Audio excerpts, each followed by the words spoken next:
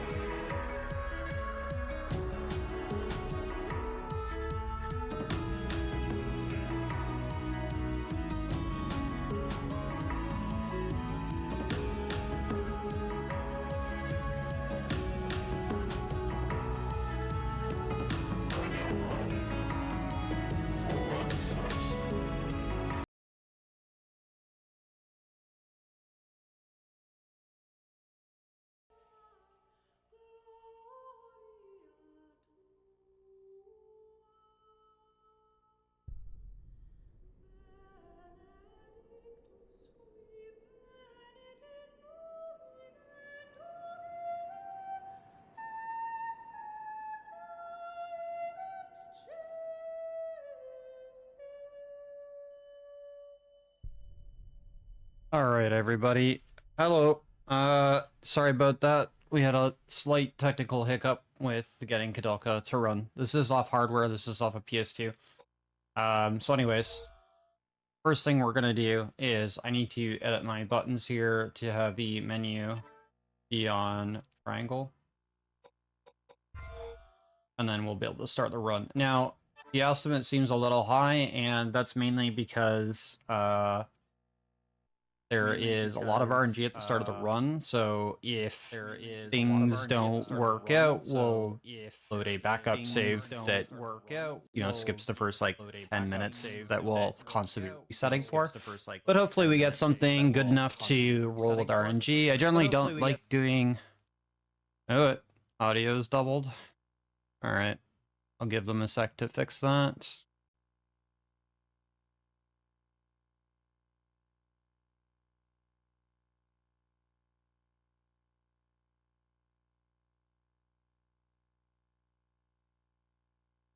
Give them a moment to fix that, and then I'll continue the explanation here so we can get the time rolling, because at this point, the estimate is pretty comfy. We will hopefully be far under that estimate.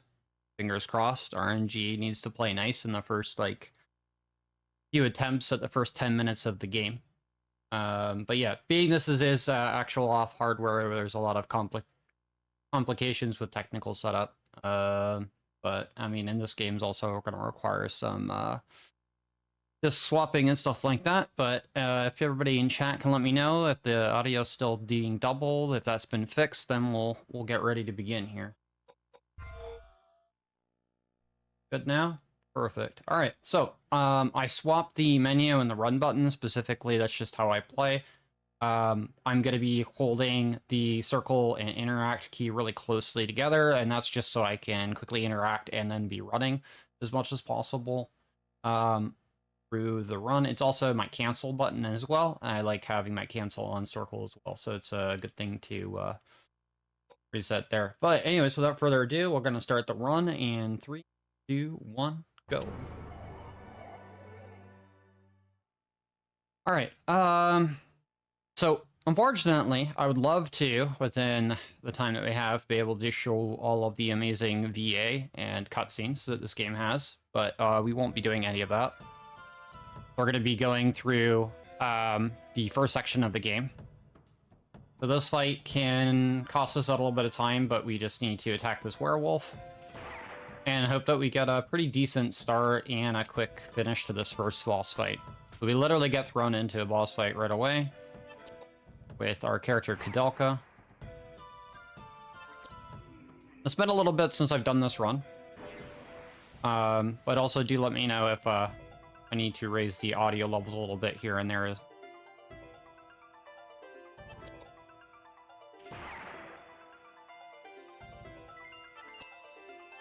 Alright, so this was bad RNG on this fight. Normally when I kill him in about 3 hits, so that was unfortunately a little bit longer than that. But that's fine. I don't run a lot of the games I do to be super competitive. I enjoy the comfy time, so that's just the way we do things. I got 2 listels. That's not too bad. It's a healing item for our characters. We're gonna go forward here and talk to Edward. So this game has probably some of the best voice-acted cutscenes in the game. They use theatrical performers for all of it, which I think is fantastic. It adds a lot of charm and personality to the characters in the game. So anyways, with that out of the way, we're gonna head on down the stairs over here through the doors. And you might be noticing that things look a little RE Resident Evil-ish looking like, and yeah, that's for very good reason. So, anyways, first things first, we're gonna go into this door and talk to the couple that's in here. Tell us about the about their humble abode and then the monastery. I don't remember literally everything off the top of my head. But yeah, it has a very gritty art style and that, yeah. But it's also fully It is a fully 3D game as well. That also plays a lot differently than a lot of your RPGs that you might have played. We have another cutscene here. There's a lot of, like I said, there's a lot of cutscenes here in the first like 10 minutes of the run here, and the run could just die depending on what happens after this cutscene, because I need to hopefully get 2 usable weapons to roll, and there is RNG in this game with the weapon rolls and stat rolls for all of the equipment and weapons that we collect and use throughout the run. So we're just hoping that the weapons turn out okay. I'm going to pick up the Listles as backups, as well as some healing items along the way. So we're hoping that these weapons rolled decently enough that we can use them. There is a couple combination, well, there's more than a couple, but there's several combinations in which these weapons don't work for us. So we have a dark hammer and air pipe. So unfortunately, what that means. So I know the timer's going to keep running, and that's good. So we're just going to roll the RNG again. That's just something that needs to happen, unfortunately, with this game. This is what you have to deal with when trying to speedrun this game. It just be how it be.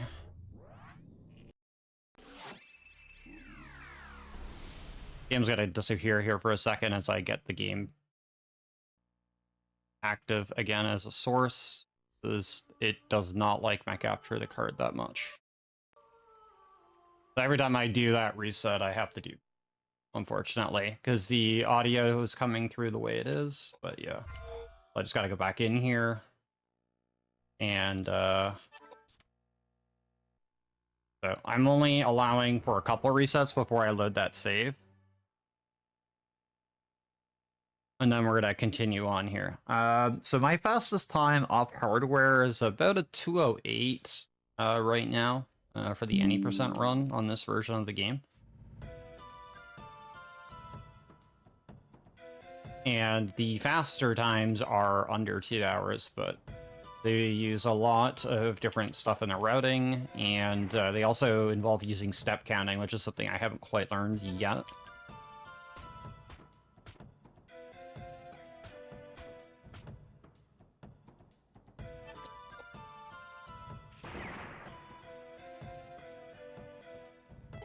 I hope you like Rat Jam style music, because we're going to get a lot of that throughout the run.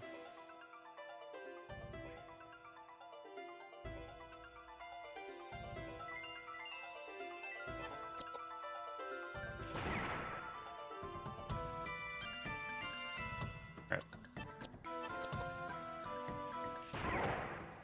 Down in 3? Okay. So that's decent. That's fair RNG.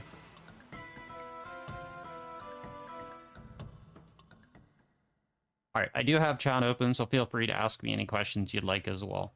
I do have notes open for this game as well. We got some Roman nuts. Everybody like these nuts? You know, we got those. Another, like, funny thing that you can do in this game is you can rename every single item in the game as well. Do whatever you want. So that's kind of fun. If that's something you like. So the ideal weapons that we want to get is we want a fire weapon and a water weapon, preferably. Those are the best 2 combinations for the early 2 weapons to start with. If we can't get those, it is possible to do it with a few other combinations to continue the run with. It only matters for this first boss fight that we go into, because we're going into it at level 1, to put it that way. So without that, it makes the boss fight even scarier, and there's a good chance that I could just straight up die. As well as some of the other fights that follow it. At least to get off Disc 1, that's what you kind of need to do. Once we get through Disc 1, RNG is not a huge factor. It's still prevalent, but it's not as impactful as you go the rest of the run. There's only a couple sections in which RNG later on will matter as much. And it will be for a farming section, actually for 2 farming sections that we need to do, and beyond that, everything else is manageable. There's a lot of manipulation as well with a lot of these fights. that we do take. We try to avoid as many random encounters as possible through the run, which is why step counting is such a huge time save if you could learn it. But it is a bit difficult to get right and do well, and something that takes a lot of time to invest into learning. All right, so I do have backup saves for this because, yeah. All right, so RNG, random encounter. Fine, we're just gonna run from this anyways. But we only have 2 party members and they're both level 1, so we don't really want to be fighting anything right now.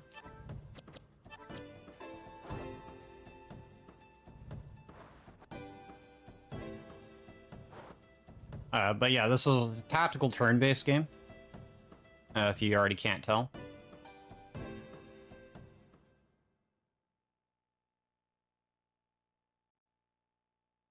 And characters will be able to use melee or ranged weapons and a variety of magic spells.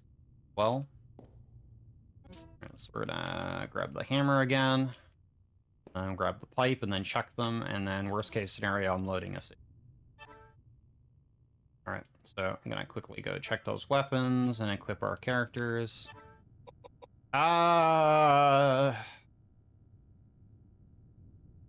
know what? I might be able to make this work. But I'll tell you what, I'd rather not. I'm gonna load that save. Alright. Back to trying to get the capture card to work for us. So you're gonna see nothing for a brief few moments here. I get this game loaded up again. Because of the setup that I use, the capture card and the retro tank through the matrix setup that I use has some issues. It really just doesn't like me doing what I'm doing to it.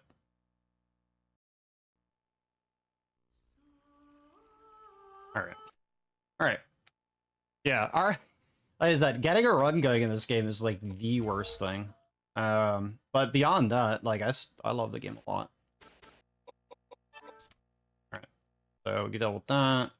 So we're gonna go continue, which is gonna allow us to load a save file. So there's 2 types of saves you can make. You can make a temporary save in safe locations, or you can make a backup save. And this is the wrong card.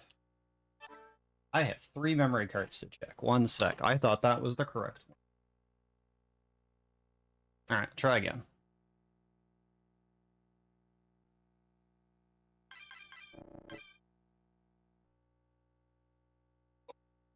Alright, so this is the one here. This temporary save 5 minutes 20 seconds into their run. That's the one we want.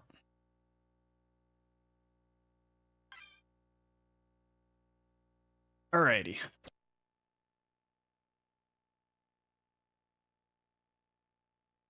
Alright, so the save that I have as a backup temporary save puts me back here because this is the only save spot that you can make one, right? When that indicator shows up.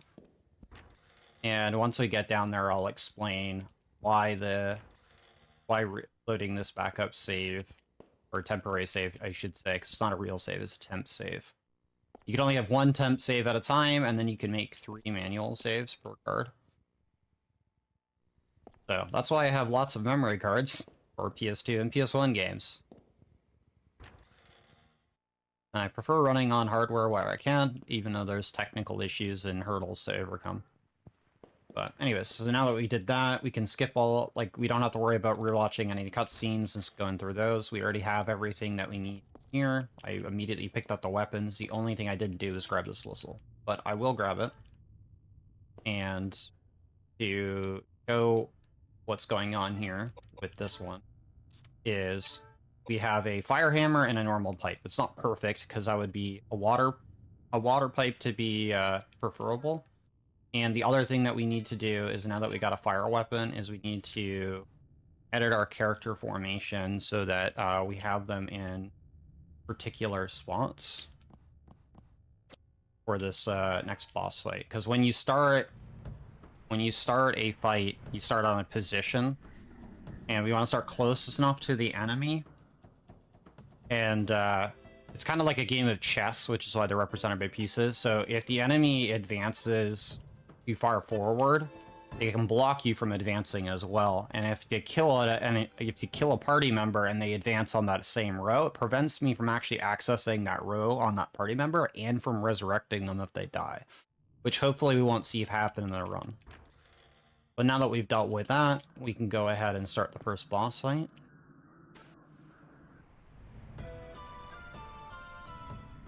So this is Utevo, the giant poisonous plant.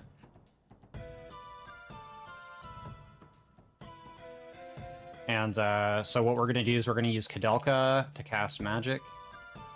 And then we're going to move Edward in with the fire weapon to deal just damage in his face. And because he has a fire weapon, the boss is weak to fire, so it deals more damage.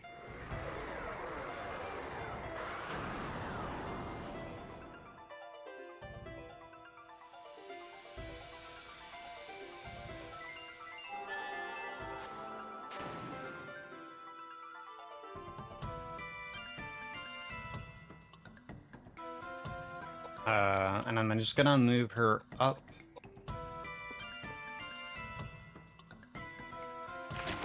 And the other thing that affects damage values as well is how close and how far away from a target you are. So you can not run from boss fights ever.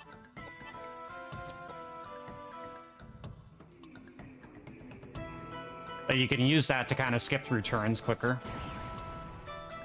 Just don't run from random encounters that you're supposed to be grinding for, because you will lose out on the experience.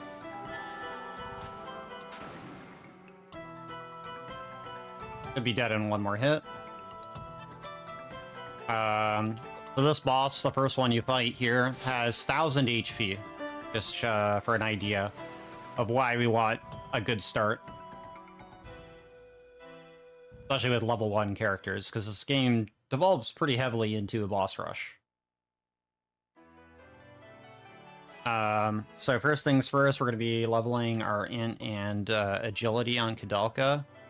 And then for Edward, dexterity and agility. And we'll explain some reasons for that later. We also need to collect the various key items as well to progress through the game. Just like in a Resident Evil game, key items allow for progression. Without them, you can't progress.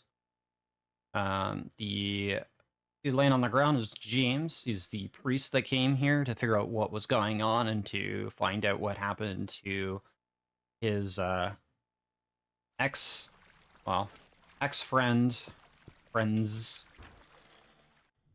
And we'll learn more about them later. I won't go into too much detail too early here. But we don't know really what's going on, and neither does James here, who apparently got knocked out from the poisonous soup that he ate from the couple here. Because they don't really take kind to strangers poking around, but they don't make it a habit to make them wary of what dangers lie in this place with all the monsters and stuff. They're very full aware of what's going on here. But they're trying to, keep things covered up. That's just reasons we'll get into later as well. So we need to examine this painting, and behind there will be a hidden knife. That'll be a new weapon for Kouldeka to use in a bit. And we're going to continue on here with the run.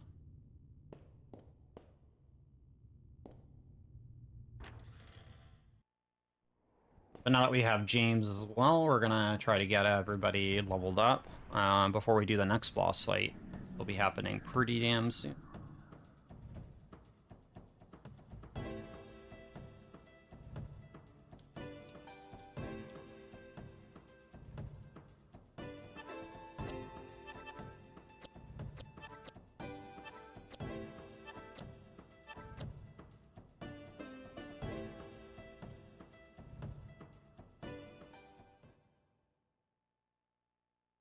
Alright, and I did forget to do one thing immediately after getting the Dirk and James, but we'll do that in a second here. So what we do need to do is I need to go in here, equip Kouldeka with... Oh, sorry, I don't need to equip Kouldeka with the dirt yet. But we do need to edit our formation, and we need to grab James, and we need to move him up here, and then Kouldeka needs to move over one space for this next fight coming up. We'll only be doing one more party form. I believe one more party formation change after we get on to Disc 2. There's about 2 hours worth of voice-acted cutscenes in this game, which is pretty phenomenal for a PS1 game as well. So just to give you an idea of what's gone into this game. But we need to get a couple of fights here with some enemies that'll give us enough experience for James to get a level, now that we have him. We're going to run here in place and then try to get a random encounter. If we can get a certain enemy encounter, we can get some early accessory or item drops that we're preferring, but look, we're going to get that. So yeah, we're just going to take a couple fights here.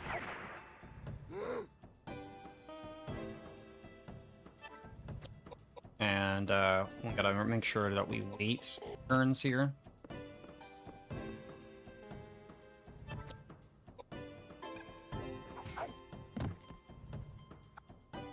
The other thing I should probably mention, thankfully we don't run into the issue. I've never had it happen in a speedrun, but I've had it happen casually. But you can wind up having your weapons break, because melee weapons have durability.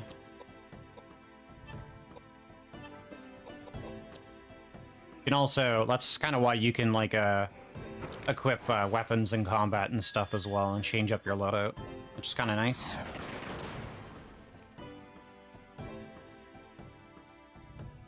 Kouldeka, for the most part in the party, is going to be our spellcaster. And things like silence are pretty devastating to us. James is going to be a support mage. And Edwards is going to be our meat sack shield. He's only going to be used like in a couple sections to actually do some real damage to bosses. But he quickly turns into our tank, and we just sit him in the front and hope he absorbs as much damage as possible. And, you know, if he dies, then, well, we're in big trouble. So we didn't get the level up for James, so we need one more encounter to make that happen. And then we'll be fighting fighting the next boss, but it's actually 3 bosses.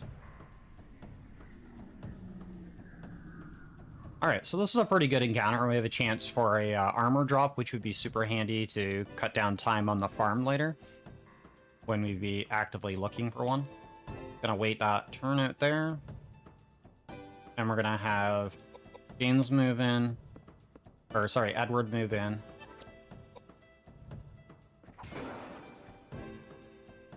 And because of the weapon that we have right now and the decent stat roll it has, we can kind of make quick work of a lot of these enemies. It is pretty handy.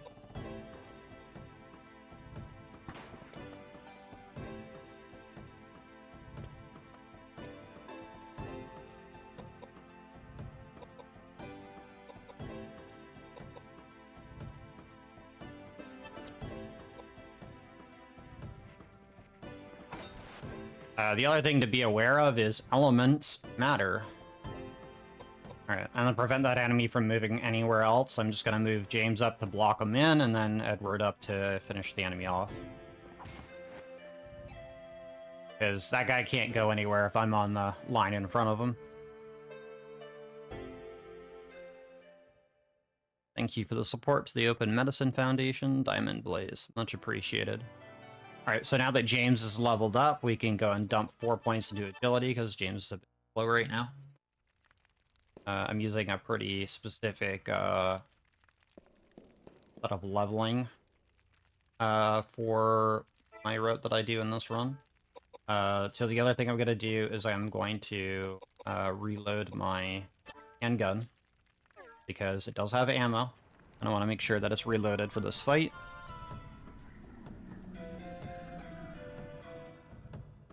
Alright, so we have this trio fight with these magic mirrors. Each one designates the color of its element.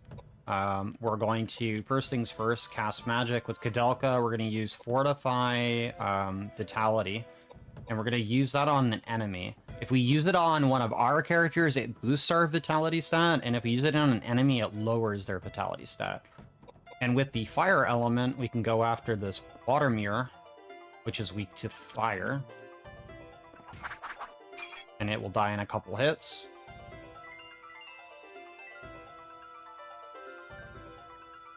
If we had a water weapon, we'd be able to do faster damage to the red mirror there, which would be ideal. But sadly, we don't. Or if we had one for the other mirror that it's weak, I guess we could do that. Just have to be careful of what elements you're using on what enemies. You'll quickly learn that some enemies you can heal in combat by using the wrong elemental weapons or, you know, spells on them, for that matter. So, having Kouldeka cast Vitality down on the red mirror lowers his max HP, which makes him easier to kill. We're going to do that once more, and then we're going to finish him off. The red mirror has over 1,000 HP, while the others have about 600 HP each. So it's quite a step up from the previous boss. Not a lot of, like, lethal damage that they can do right away, and unfortunately I can't actually cast magic because I got silenced. And I'm being blocked here, so I'm going to wait that turn out. I'm going to send Edward this way because he can't deal damage to the red mirror with his fire weapon.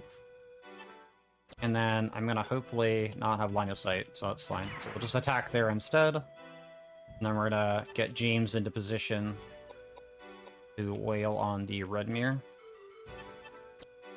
No, that's not what I meant to do. Oh, is he too far back? Okay. Apparently he's too far back right now. Yeah, it's because of the earth mirror here being too far forward. That's fine. But now I've cleared a line of sight for Kouldeka to be able to help shoot the red mirror, which is super nice. So line of sight does matter as well, so again, tactical turn-based game. And I can't really do too much about that right now. Move forward, everybody's on the back row. Now they can't really go anywhere, which is good.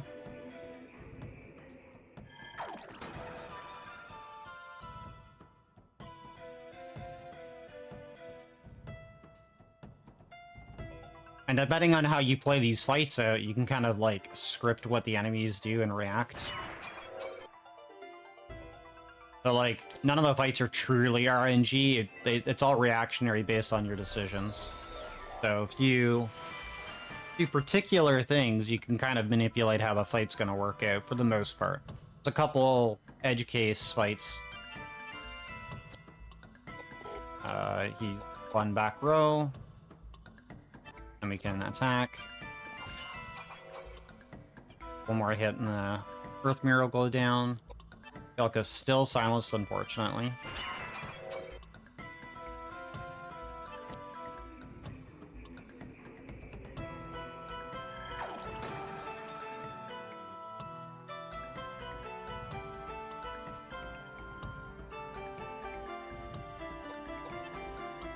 And he got moved back, so we gotta get forward here. That's the thing, you could also get knocked back, which is when we go to set up our last formation, the knockback won't be a big factor for us. Because there won't really be a way for them to knock us back. If we stack a character behind another character, they can't get pushed back anywhere, because they only get pushed back into an open space. So if we, for instance, our formation's going to end up with Kouldeka behind Edward, and then James right next to Koudelka in the back row. And very rarely will we ever move James up forward. Almost never will we do that. And instead, he's going to provide support when we need it.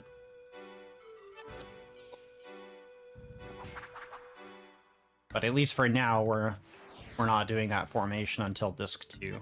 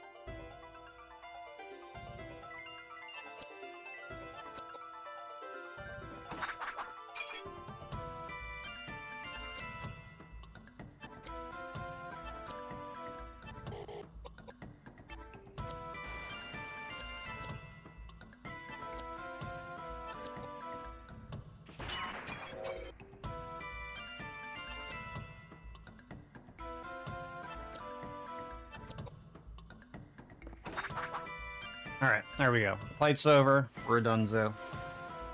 Took a little bit longer because we got early silenced by Kouldeka, but we're all good now. Alright, so we got some levels here. So Kouldeka is still going to be leveling up and agility here, and then Edward's going to get 1 dex 3 agility. And then we're going to grab all of these items, which are a guaranteed reward, but as I said, like all the drops that we get are random element and random stats on. Yeah, in this game, guns do have to be reloaded, and you have to have the ammunition available to do so. Alright, so, we're gonna go into this room. It's gonna start a really cool cutscene, like I said. I wish I really had the time to show all the cutscenes, but that would make this run like 4 hours long. But it's, or actually a little over 4 hours, like 4.5 hours roughly. Potentially. So what we're gonna do now instead is, now that we got that earlier Dirk from behind the painting, we're gonna go ahead and equip that. We're gonna equip the ring that we got off that previous drop, or that previous fight there. I'm also going to use a Lissel that I picked up earlier to heal her MP up so we can spellcast against this next boss. Like I said, I wasn't joking when I said that this game is essentially a boss rush. So, third boss.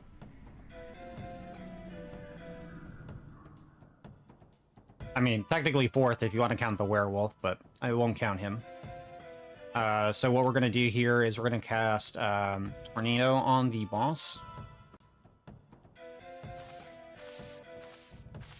Weak to wind magic. Has a little over 1,000 HP as well. And we're just going to move both characters up forward, just to kind of hold that line while Kouldeka does most of the damage with her magic. Again, she's mostly going to be the one glass cannoning and taking out all the enemies with her spells, while the others fill the other roles like tank and things like that. I didn't want to see it get a knockback there, but anything that deals damage is good.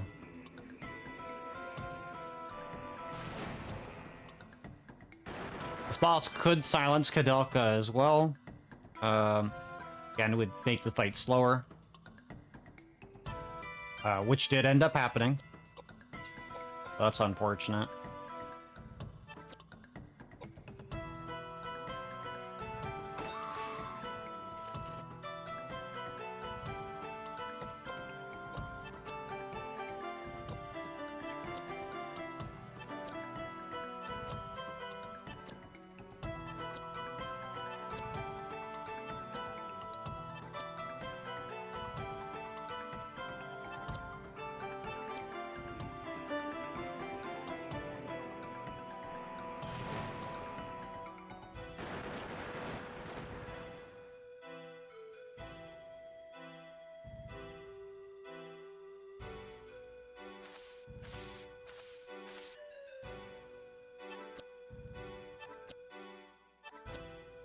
I'm just kind of trying to get that silence to run out there.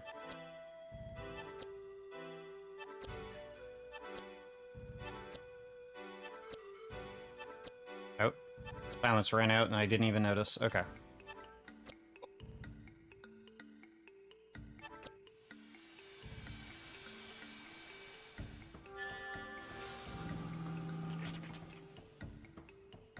Alright, down she goes.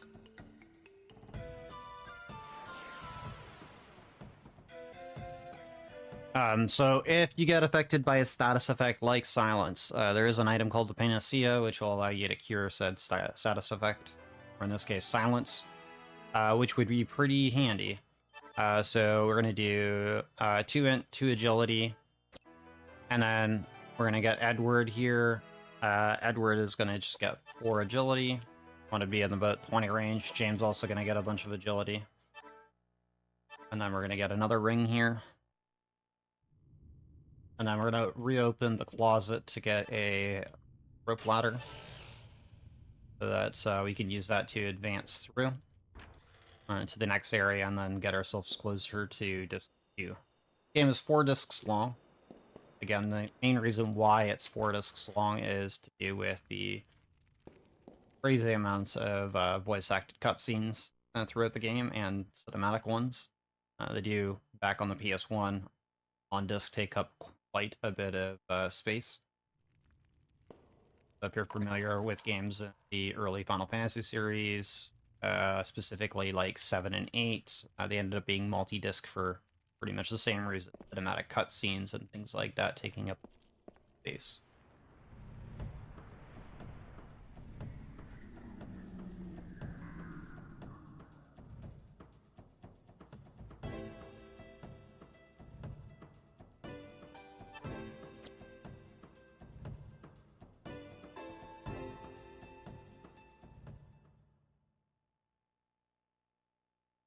Alright, so we're going to be going right into another boss fight in a short bit here once we get to it. Be right through this door. Normally if we get a, like, something, you know, feels strange, usually an indication that, be a boss fight. We're going to pick up the red glass here. I'm also going to quickly open my inventory and equip the other ring that we got onto Kouldeka to boost stats even further. And then we're going to, step up on this pedestal to initiate the boss fight. And this will be a doppelganger fight, so we have clones of ourselves to fight. And we want to do this in a particular way that, you know, we don't end up dying. Alright, so Kouldeka is just going to cast fire magic on the doppelganger James, who's then going to go into the back row. And then we're going to move up Edward. Up and over. And we're going to space them out a bit because there's a small possibility that because of the spells that they have, which will be a higher level, they could hit multiple characters if they're side by side. So we're going to space them out a little bit.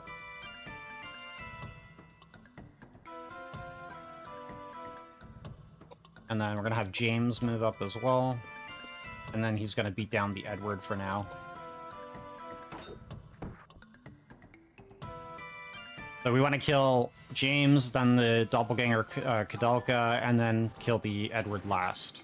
It's essentially the best order to do it, because the doppelganger Edward only uses physical damage, and it's a little harder for them to actually beat us.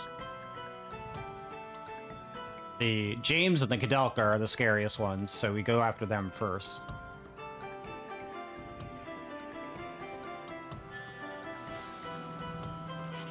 And if I keep Kouldeka where she is, James and the doppelganger Kouldeka are both gonna focus fire magic generally on her. But if there's a possibility that they hit the other characters, I want them to be spaced out because they could straight up kill them instead. Whereas they're gonna deal like nothing to our Kouldeka.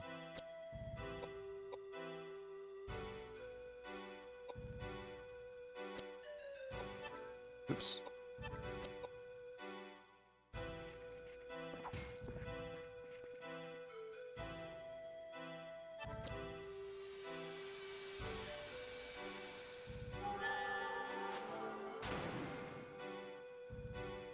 Alright, so now that James is dead, we can continue on with the fight here. He has about just under 800 HP, along with the doppelganger Kouldeka, whereas the Edward has almost 1,000.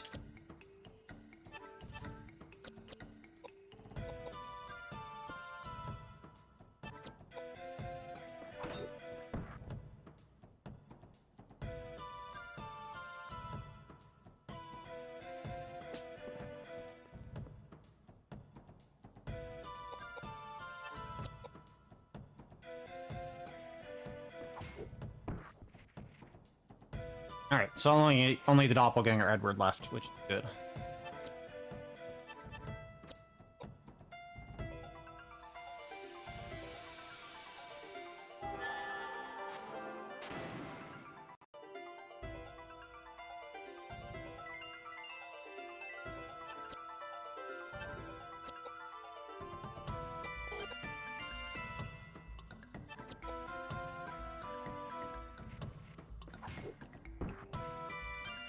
There we go. Pretty smooth fight. Alright, so we'll get a level here off this fight as well. So we're gonna do 2 int, 2 agility again for Kouldeka. And then 4 vitality on Edward, and then 4 vitality on James, so he's not super squishy either. And then we're going to get all of these items. Panaceas are nice to see, as well as the backup healing potions in case we need them. And then from there, we'll get a cutscene when we approach the door. We're going to skip through that, and then we'll basically be on disc 2 now.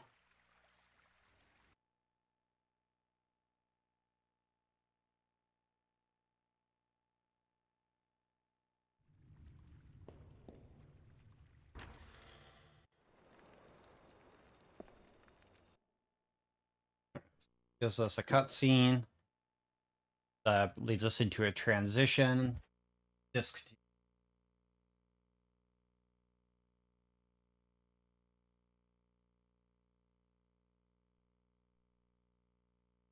Alright, so we're already on disc 2, which is good.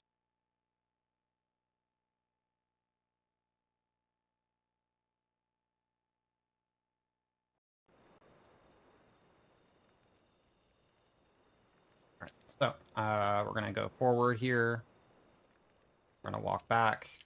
We're going to examine bodies here. Lets us.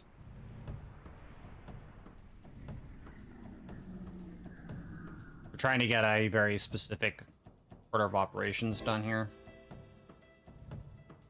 A lot of the enemies here are going to be very scary to us, so we're going to try not to get hit by them. There's also a possibility we could run into a random encounter with the crazy upside down man, and he's going to immediately kill Kouldeka. There's just no way around that. Like, he will kill Kouldeka. Always. He always goes for Kouldeka. The enemy is not dumb. They are pretty smart.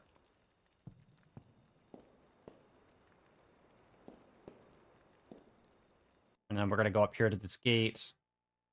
And then that's going to trigger another boss fight.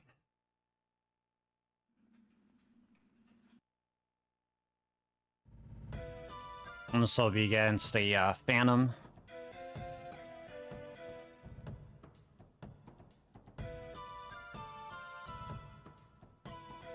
Alright, so what we're going to do here is we're going to cast Fire as well. And then we're going to move Edward up 1. And then we're going to swap weapons to the Tabard, which boosts his vitality a bit higher so that he can tank, which is what we want him to do going into his tanking role very soon. And we're going to move James up as well. And just kind of keep the line held. This guy's got a little over 1,000, about 1,200 HP.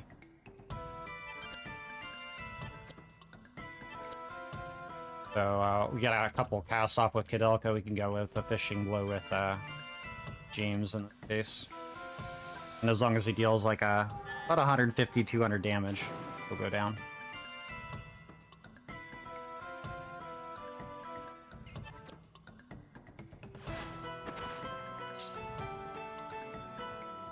But yeah, enemies start hitting pretty hard.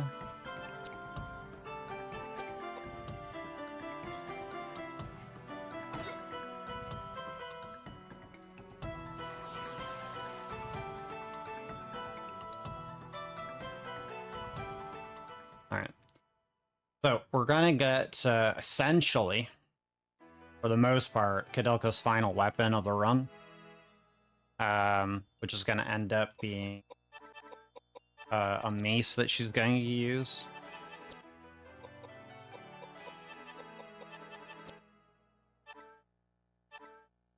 We don't want the rifles, so we're going to decline picking that up because we don't want to fill up our inventory. Ranged weapons are good if you have the ammo, and having a rifle is pretty nice, but you need the dex stats to be able to use that. So we're going to go over here. We're going to go grab this mace. And then we're gonna do our last and final formation change, and we're gonna do that weapon swap for that mace that we just picked up with Koudelka. So what we want to do now is we want to bring Kouldeka in behind Edward, and then James bring him back one. And I'm going to... I don't know what else is I've done the menuing and a little lag. We're gonna get Kouldeka, so she's not within for lethal range unless a crazy upside down man comes after us. And then we're gonna head over here and down these steps. We're gonna head through this hallway here, avoid all the random encounters, and then we're gonna head right into another boss fight, which is a pretty scary one early on if things don't go off correctly. Boss can multi-hit characters, including Edward, and he could just die from it. And if that happens, well, we're gonna quickly see the rest of our party member drop and die. Well, but that doesn't really happen if you do things correctly. Because again, a lot of these fights, you get them manipulated in such a way that you can kind of predict what's going on and not have like super tragic things happen. Alright, so we're gonna step up on the pedal still, activate the boss fight. And you have to go through all these boss fights because there's like ominous forces that are blocking you from progressing in certain areas, blocking you from accessing certain doors. So this boss is Madone, has about 3000 HP. And with Edward in front, it's going to target specifically and always Edward. So what we're going to do is we're going to charge a Megalith with Kouldeka. And then we're going to use everybody else to fortify intelligence on Kouldeka to boost her damage.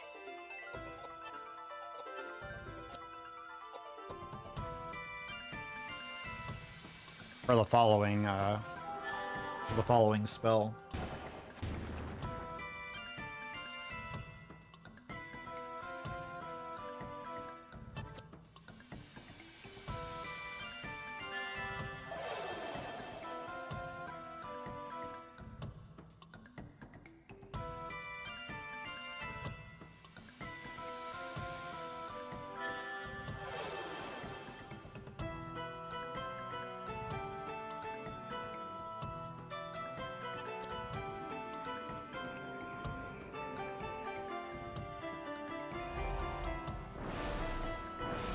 That's a fine attack to see, as long as he doesn't do the crazy multi-strike hit that does about 200 to 300 a hit, then we'll be fine.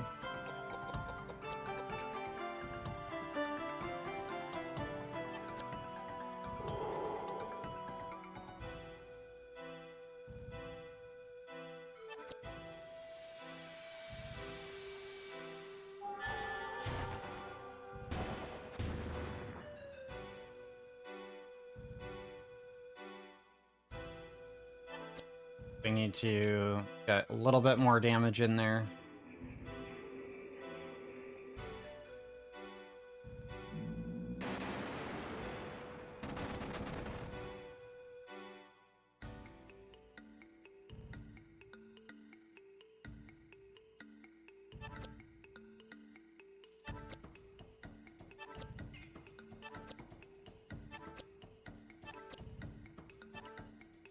Oh, I almost canceled that turn. That would have been bad.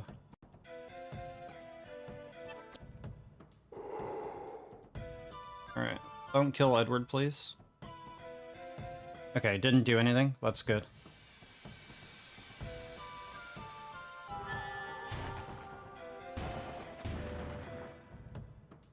Alright, boss dead.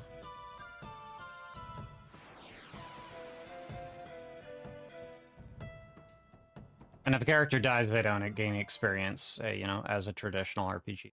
Have that happen. We're gonna keep leveling our stats with our characters.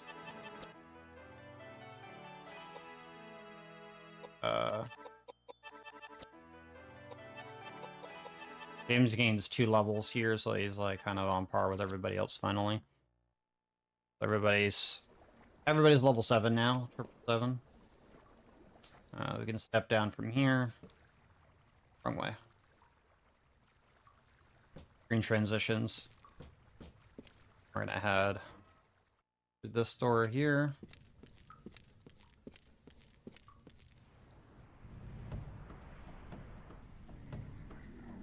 We'll have a nice little bit of a grind session coming up as well, so hopefully we can get the necessary equipment that we need so that we don't... They're grinding. Worst case scenario, we end up getting experience and we gain levels to kind of suffice for the time spent grinding instead.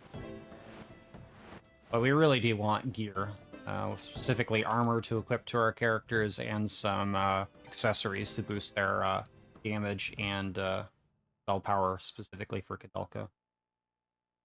So you want 3 armors and a couple half-decent accessories if we can get them to equip.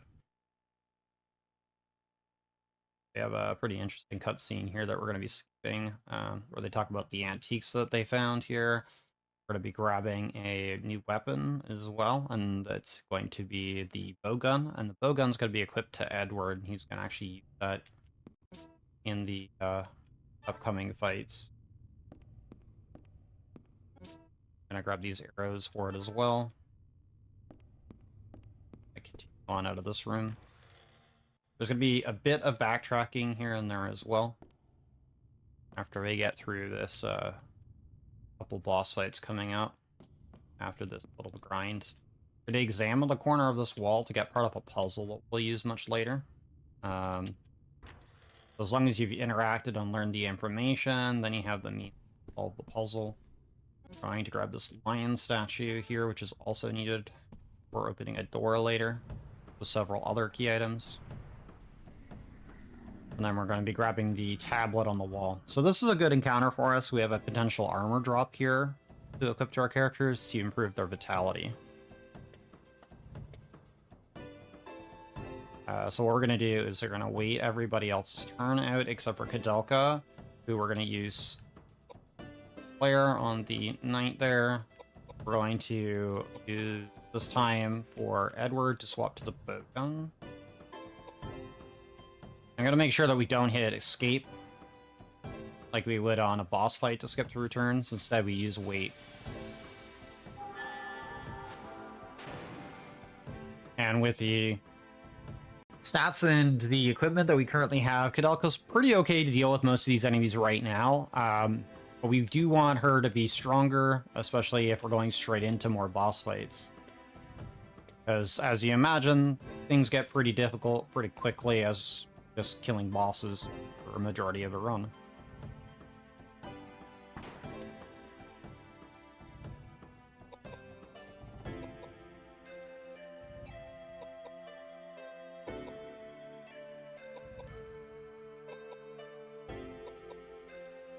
Alright, so now we have Koudelka. We can go ahead and cast Megalith.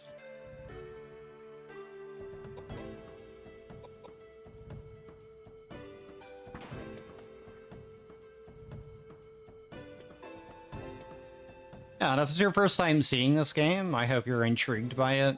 It's a pretty amazing game, especially casually. It's a great experience. My first casual playthrough of this game took around 70 plus hours.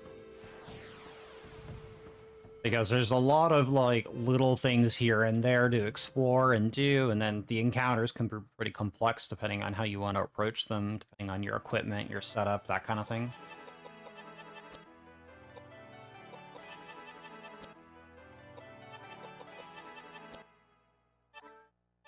Alright, so we got a C-mail, which is good. That's one piece of equipment down out of the, like, 5 that we want.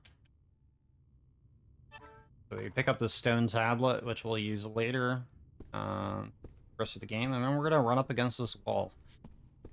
Generally, you'd want to get out of this room in about 6 encounters or less, if you get all the gear you need.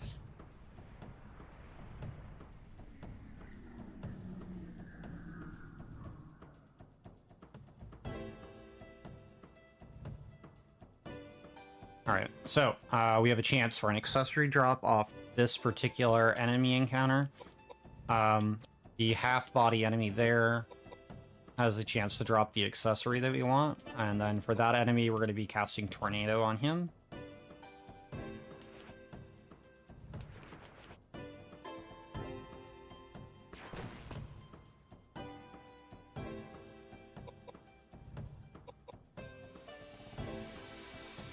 And like I said, a lot of the heavy lifting for damage is going to be coming straight from Kouldeka for the rest of the run.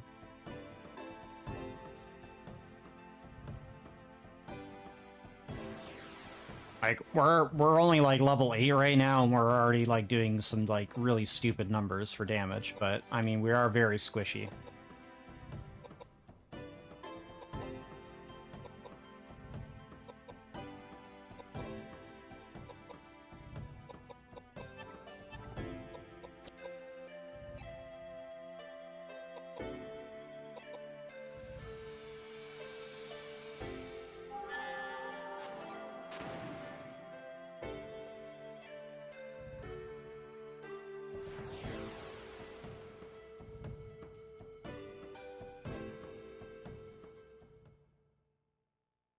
Alright, so we're just hoping for the accessory drop, which would be pretty nice. Save us some time if we can get all the stuff we need, but we didn't, so that's fine. Gonna keep running up against this wall. Well, it's 2 fights out of 6 right now. I'm going to stay here long enough to get all of the stuff that we need.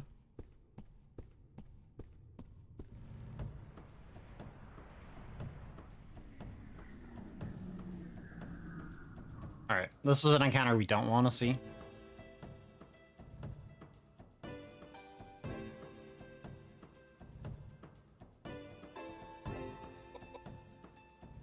So what we'll do instead is we'll just cast Flare on that guy, and then after Kouldeka hits and lands it, we're going to run from the fight, take the experience, and go.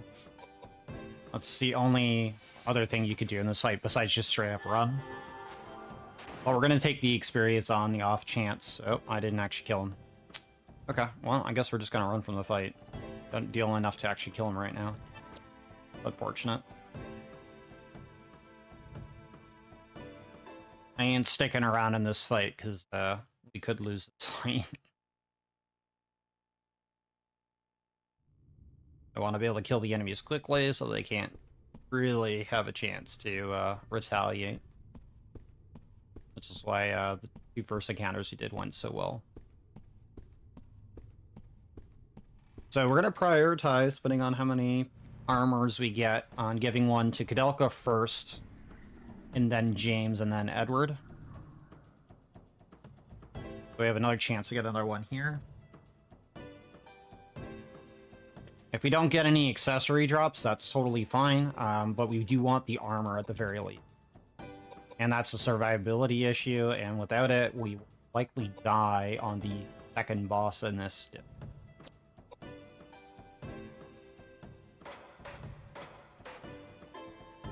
I mean, likely is more of a guarantee, actually, because Kouldeka gets focus fired in the second boss fight on disc 2. Or third boss fight? Third boss fight.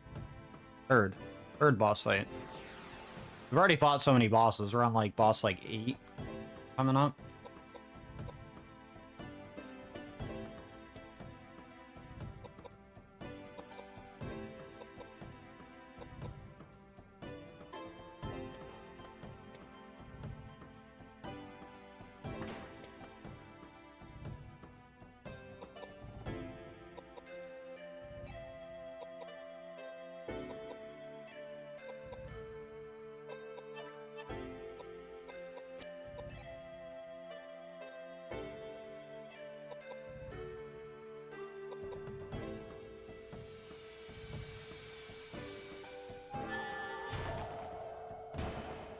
Yeah, it's a lot of bosses so far.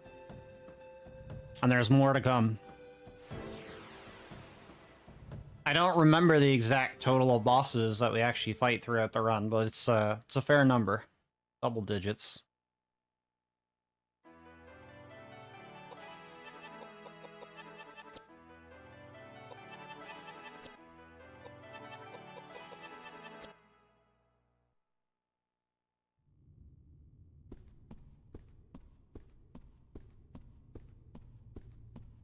there is exactly 2 optional bosses that we can fight in the game period.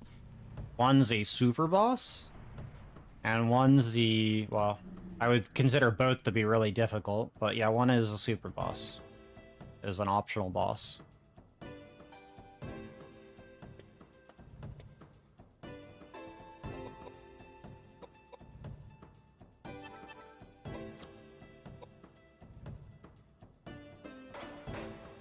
And for a super boss, if you're doing a run going for the super boss and the other optional boss, then yeah, you're gonna have to spend some time doing some massive setup and a tiny bit of a grind for it, because even at extremely low levels, you need to grind for some particular things in order to make those boss fights possible.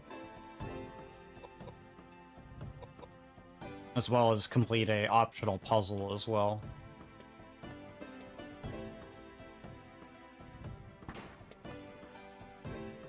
But your reward is pretty significant and makes it worthwhile, at least for attempting to do that.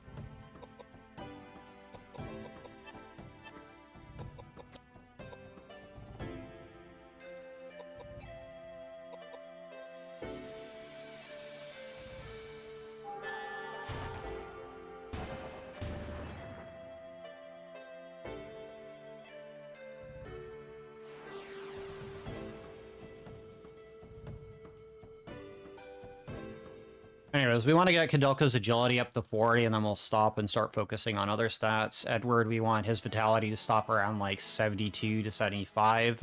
We do need to get him to about 29, though.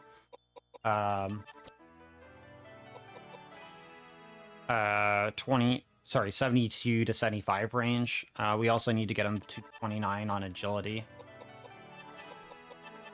And that's the same thing with James as well. We're gonna get his stopped at 20 as well for agility, just so that we have faster turns and faster cast times on our spells.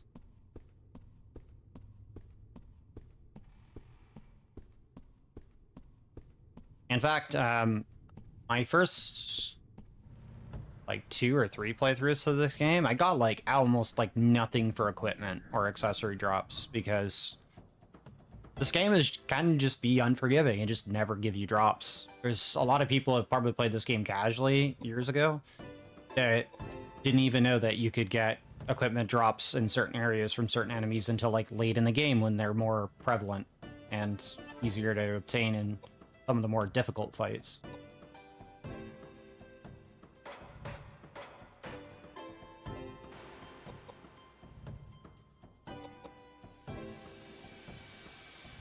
In fact, my first playthrough that took over 70 hours, I didn't get a single equipment drop until like the 3rd quarter of the game.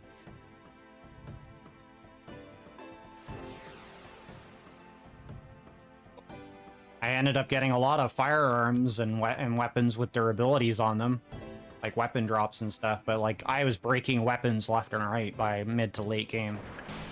So in this game, you definitely don't want to get personally attached to a lot of your weapons, especially if they're melee, just because it's very easy for them to break, and you know, you will have to find something else to use.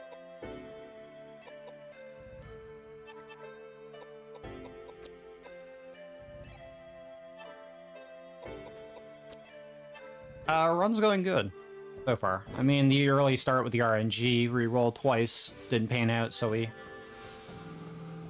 had to resort to other drastic measures to get the run going. Instead of playing roulette with the game for, you know, potentially half an hour to an hour to get a run started, because that's how bad the first 10 minutes of RNG in the game is. But once you get a run going, fun, it's comfy, and manageable. First 10 minutes are a bit rough. And working on the years that I've been speedrunning this game in particular, like, yeah, it's just one of those games where it's like, if you really want to grind it for competitive times, you're going to be resetting a lot. Especially in the early game in Disc 1, you're going to be resetting for almost everything. But I don't play that way. I get a decent run, I'm happy with it. That's why I'm kind of sitting at a 208 right now. But I'm pretty happy with 208 on hardware. For a game that literally takes like 70 hours casually to play. I think my first speed run through this game took about 5 hours when I was first learning, and around there. I had tons of mistakes.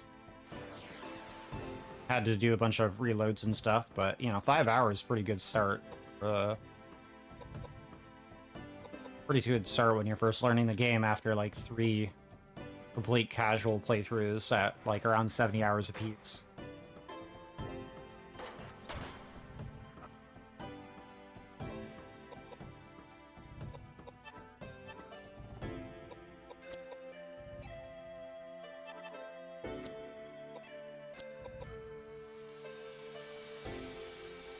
Yeah, thankfully a lot of the RNG are resetting for is early game, so within the first 30 minutes or less. Like I said, most of it's going to be in the first 10 minutes before the first actual boss fight. But there is a couple other points, like I said, with the RNG rolls. Like, this would be another reset point for super competitive times, but you don't really need to super hard on yourself for not having those times right now when you're first learning and getting into this game. But I highly recommend a casual playthrough of the game. Casual playthrough of this game is really fun. It's difficult, but it's a lot of fun. I would say this game is worth the trial and error experience, which makes it part of its essence of what makes it fun for a lot of people.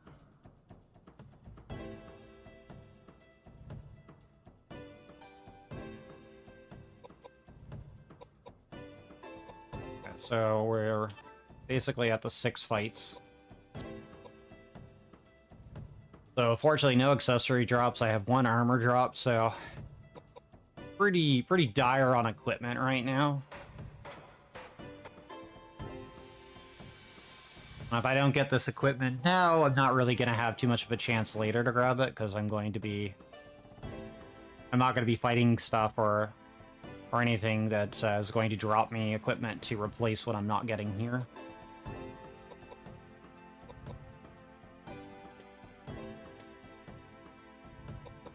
But it is manageable, at the very least.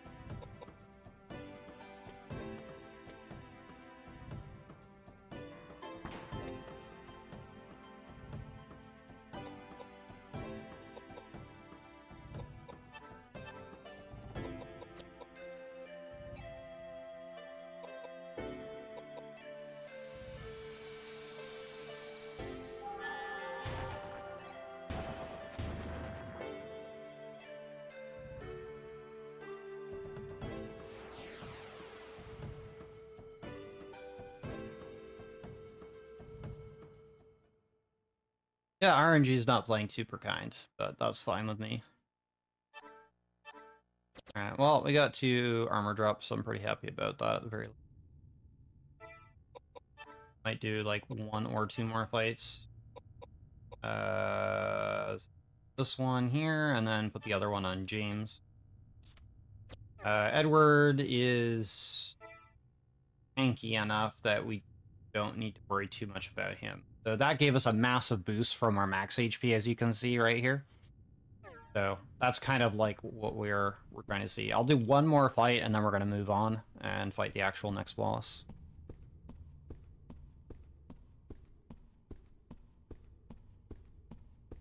So, yeah. That's why the estimate's what it is.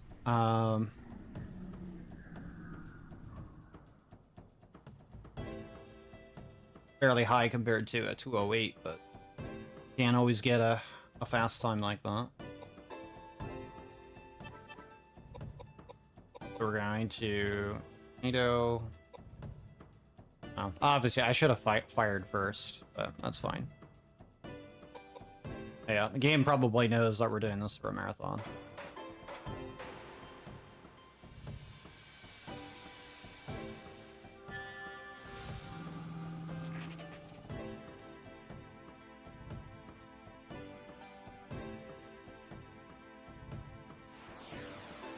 gain enough levels that that'll like supplement most of the early equipment bonuses that we would have gotten. Is fine, I guess.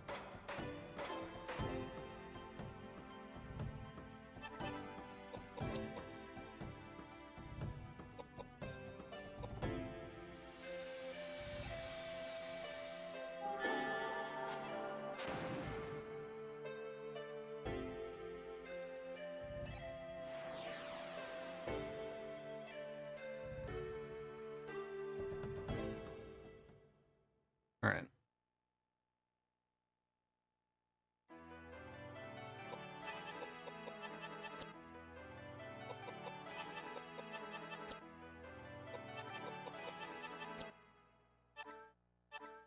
Well, we got another male. So, I mean, we're just going to be lacking damage going forward, I guess. So that's fine with me. I'm just going to double check that it's not better than the other ones that are on the other characters. All right. Just going to move the males around between the characters that we had. And continue on here. So now we got the bowgun equipped. We're actually going to use it against this boss here. We're going to try to save most of the ammo for the other boss after this guy. But this is the evil Trent, or Tree.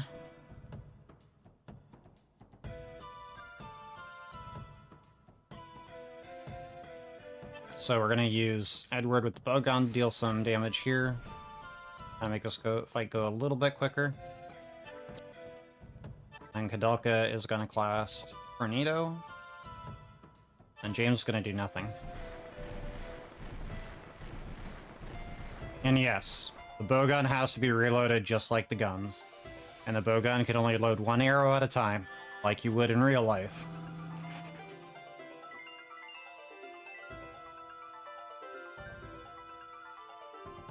That means I have to menu for it every single time. I have to go item, then I have to cycle down to the bowgun arrow, load that in, and then I have to wait a turn to actually use it.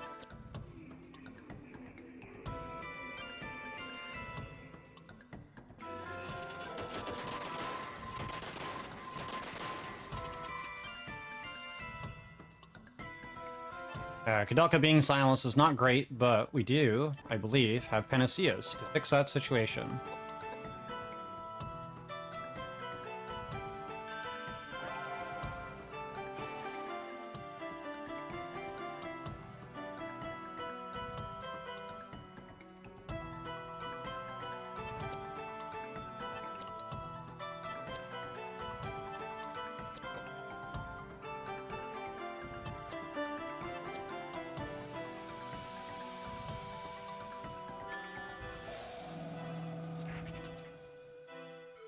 Alright, boss is dead. We're gonna level up off this boss as well. And then that means we're gonna get full HP as well from the level up, which is super nice, so that we don't have to expend items or mana to actually heal us up.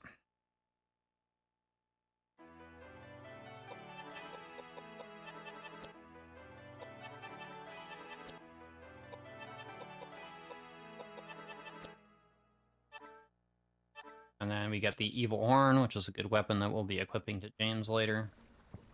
For now, we're gonna continue on. So all of those, like, pedestals where I'm fighting bosses, like, those are actually all save points as well. So once you've defeated the boss in the area that you're in, you can actually save at them. But we're not going to do that. I know it's a super bad idea not to make a save in a speedrun, but I've done this game enough that I'm confident with what we have that we won't run into the issue. Yeah. Need to worry about that. So first things first, we need to go up these stairs.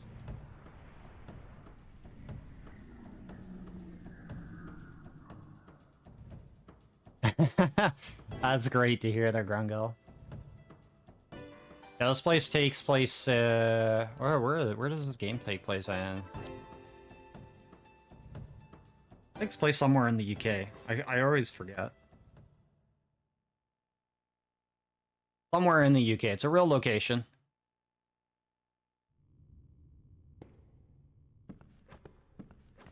Based off some amount of real thing. Yeah, Abyssworth, thank you.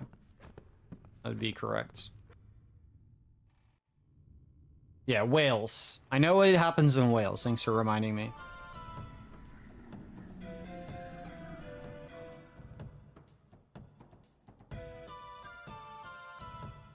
Yeah, the start screen there kind of tells you all about that. Alright, so in this fight, Edward is the only one that's going to be able to deal damage to the enemies here. First things first, though, we need to get rid of these boxes blocking the boss from being attacked. And once we get rid of those, then we can actually deal damage to the boss. Otherwise, he's immune.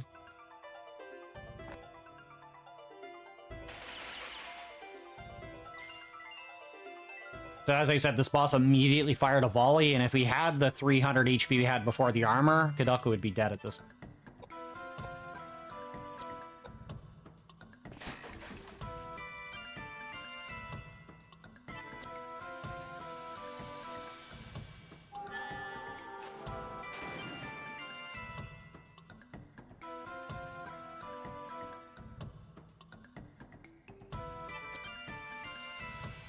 So he's going to cycle, the boss we're fighting, Alias here, is going to cycle through each one of our characters shooting a volley.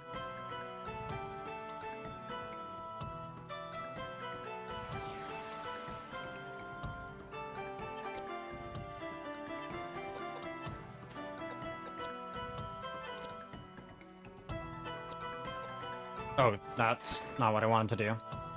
I meant to shoot the box, but now you know what happens if you try to hit him. We're going to fortify X on Edward, damage, and Kouldeka is going to hit those other boxes.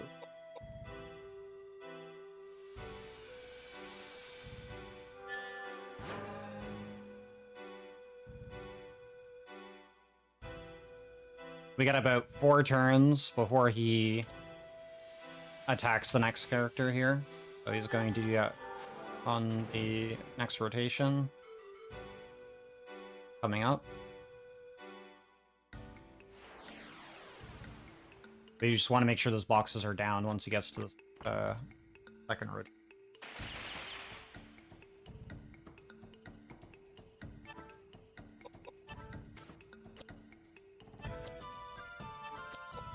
And so we gotta hit this guy about 4 times with Edward to take him down. He's immune to magic as well, so can't really rely on that to help us out. Oop, that's not what I meant to do.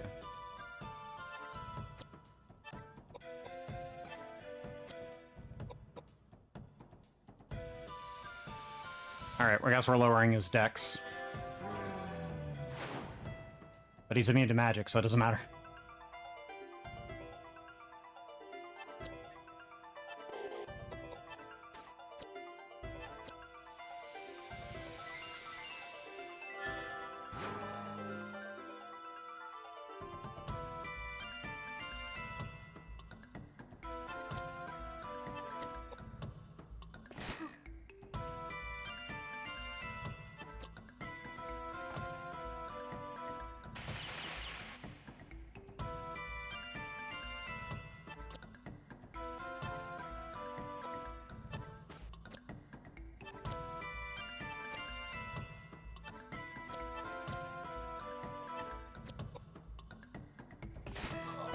There we go.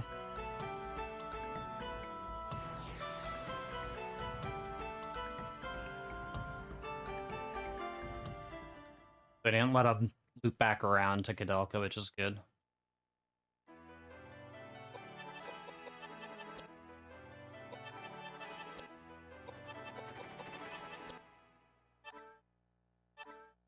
Alright, we don't want the bread, but we want everything else, including that red key and the brown glass. Items are important. We're gonna have to talk to Alias here. And we're gonna skip the cutscene, unfortunately. Might watch a couple of the later cutscenes, if anything. But we wanna keep pressing on as quickly as we can. Hopefully that we're with ENS and that, because we have no idea what the later RNGs entail. Alright, so now we did that, we have to do some backtracking before we can continue on here. we don't have what we need to get out of this area. So, going to climb up these boxes now. Kouldeka, thank you. And now that we have the red key, door up here. Well, not this door, but we can unlock it from this side. Use this red key to... Look, we're back in here at the start of the game. Funny that. But we're going to use this red key to go back into the door that's now locked after we talked to the two old folk here that live here.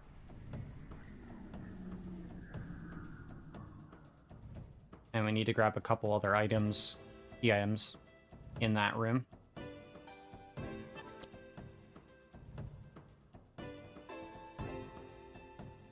Then we gotta backtrack a few more spots that we were earlier to grab a couple more key items so that we just don't have to come back later and, you know, the hassle of figuring out what we missed and, you know, get that stuff later, which takes a pretty good amount of time. In this drawer, give us a badge, which is a accessory that we might end up using for James since we're a little light on accessories. Pick up the dragon statue here. We're also going to come down this way. And we're going to enter this room down here. If we examine the painting, we get a bit more story lore there. We're going to pick up this doll that we'll be using later as a key item. And then we're going to go over here, and we're going to pick up this mask. And just having this mask alone lowers our encounter rates by half. We're going to get into far less random encounters, but weaker enemies. Won't stop encounters, but it lowers the amount of encounters that we'll get over time.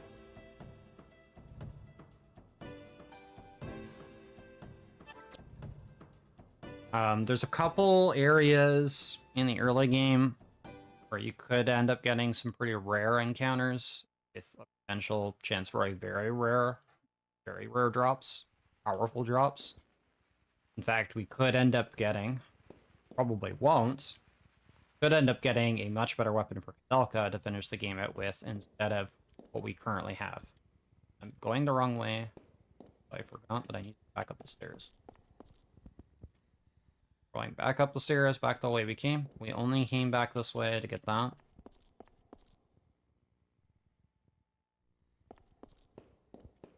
Like other rooms and stuff that we could explore and other, like, you know, hidden items and stuff to pick up. You don't need to worry about any of that.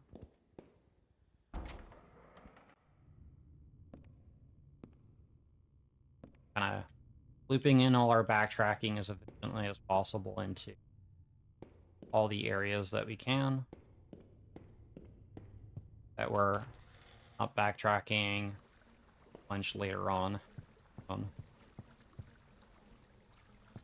I did that too close to the water there, and that's why I did the screen trend.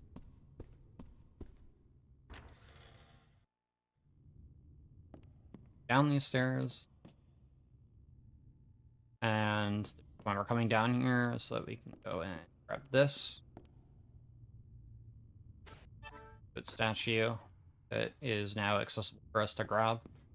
Wasn't previously until we fought that tree boss. And the red key is going to also open this door, and now we can throw it away. And we're going to come in here. We're going to examine part of the other puzzle that we have half of. I didn't mean to grab those. Leave those. Want the music box here, which is the third key item that we need. And then we'll pick up these Roman nuts. Just for the hell of it.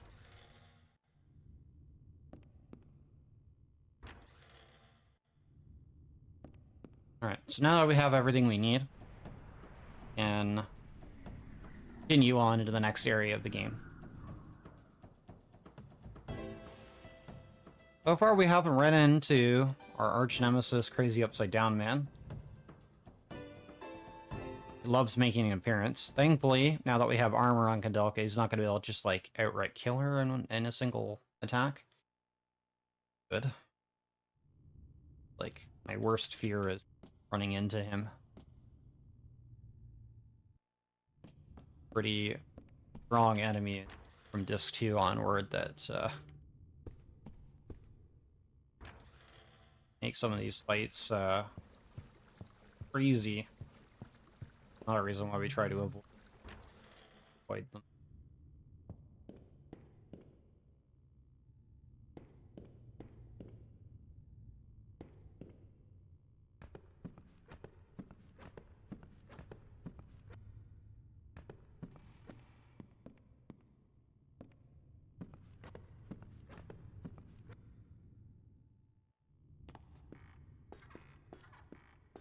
Now we're gonna head this way. Now that we know the two pieces of puzzle, it's gonna remind us about them that we picked up. And then, so to solve this puzzle, we're going to go across here, this way, back this way, across here. Gonna stop us here. This way, come this way. And the door's unlocked. You'll know that you did it correctly because you'll hear the door unlocked. We're gonna head over here. Grabbing another key item. Glass. I'll leave. There is an optional thing in this area that we can do for some more story lore and avoiding a boss fight if we wanted to, but we're going to be taking that boss fight.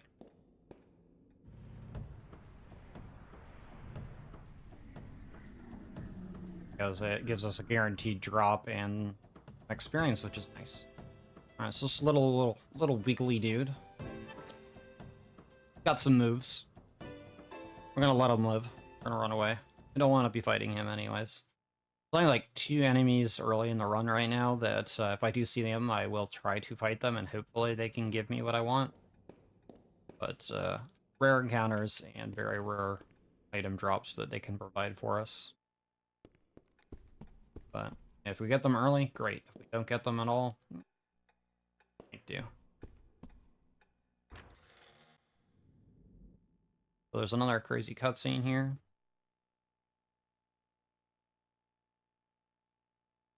Skip that, and then we're gonna go right into another boss fight. Mention there's lots of bosses. We'll go through this door. We're gonna pick up this other piece of glass. That'll matter in a few moments. I'm gonna insert all the statues that we picked up to unlock this door. Alright, we're gonna go up on this pedestal. Gonna trigger another boss fight.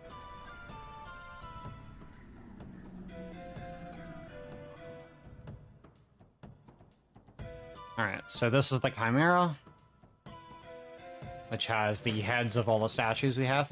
Chimera also has 4 boobs. Gonna point that out. Get it out of their way.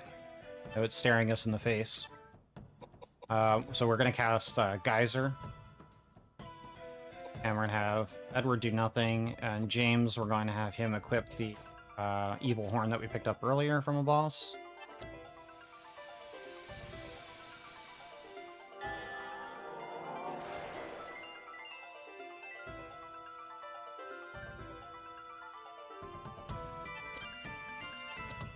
And we're gonna have Kouldeka do all the damage for this fight. This boss got a little over 4,000 HP. Causes different status effects.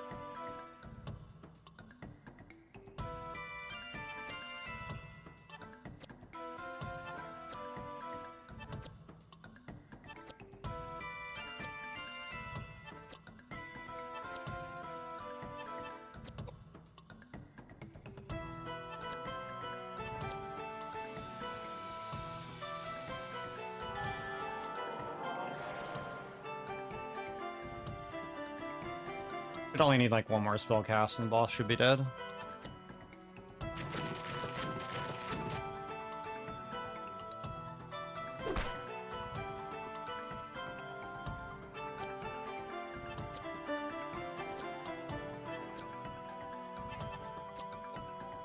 Boss actually did us a favor by paralyzing Edward, so we don't have to like try to skip his turns.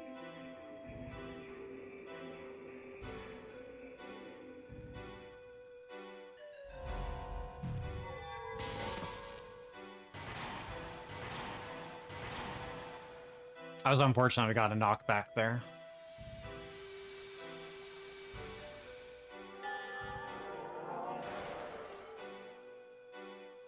Not enough to reduce my damage, thankfully.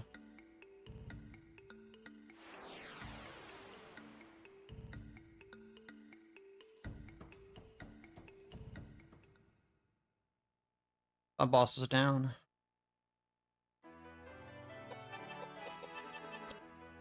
He's statting up. I got Edward very, very tanky.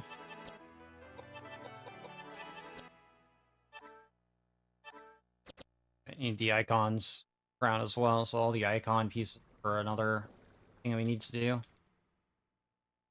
James and I were having a little conversation about Shakespeare and poetry, and it's pretty insightful. They kind of start getting along. They really didn't like each other before now, but they're starting to. Our companions didn't really like each other at the start of the game, and they're starting to get a little bit more okay with each other as a group. They're a very unlikely band of misfits altogether. Oh yeah, I gotta go over here. Need to activate this printing press with the stone tablet. It does finally give us a map, so we can use the map to kind of re-explore other areas that we've been to. It Anna, if you played Resident Evil at all, it acts very similar to that. It'll tell you if there's like stuff in those areas, if you're scared of any key items and stuff like that. So, very useful in a casual play. Now where I'm going. So we don't really need to ever look at the map, but we need to grab this relief piece here. And we're going to use that to open up a area. Go grab the other key item that we need. Advance in next area. We're almost on disc 3.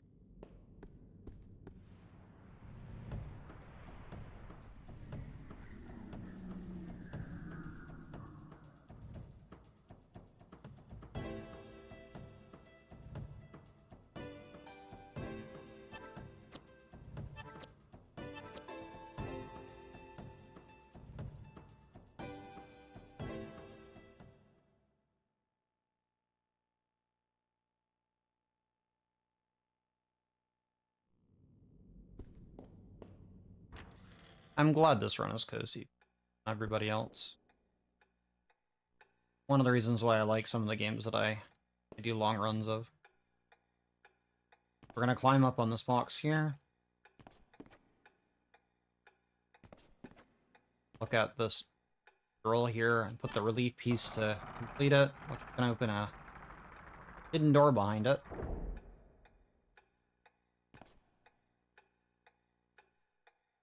And then in here, the music box that we picked up earlier, it's going to start playing a melody.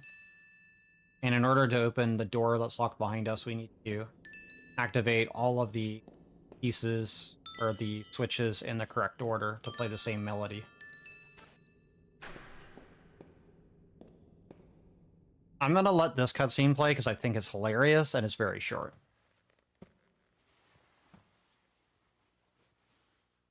What is that?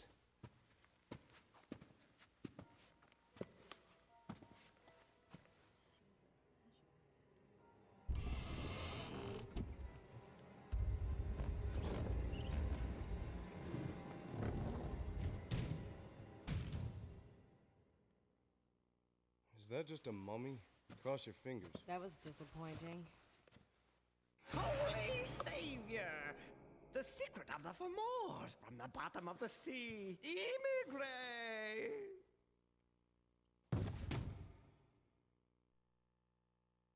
Alright, I hope you enjoyed that one. Not supposed to be a jump scare, but it is pretty fucking funny. Alright, so we're gonna skip the follow-up dialogue where they're like, what was that? They're like very confused. They're just as confused as we are. So we came in here to grab this last glass piece here. Then we're gonna head back to where we found that relief. And we're gonna start using all these glass pieces that we've been collecting up. Yes. Thus, the Shadow Hearts humor was born. Yes, this is, for those people unaware, is a prequel to the Shadow Hearts series, which is another series that I've been enjoying a lot of. I am currently working on learning to speedrun those games after finishing them casually. I'm gonna go back through a few more times casually at some point when I'm not busy with other speedrun projects and learn those. And perhaps we'll see those in a future RLAT. Plug all those 5 pieces in there. And then if we go back to the where we picked up the green piece, or sorry, the other piece that we picked up earlier before the green one, we can actually do a bit of a side quest thing. That'll matter later, but we're not going to.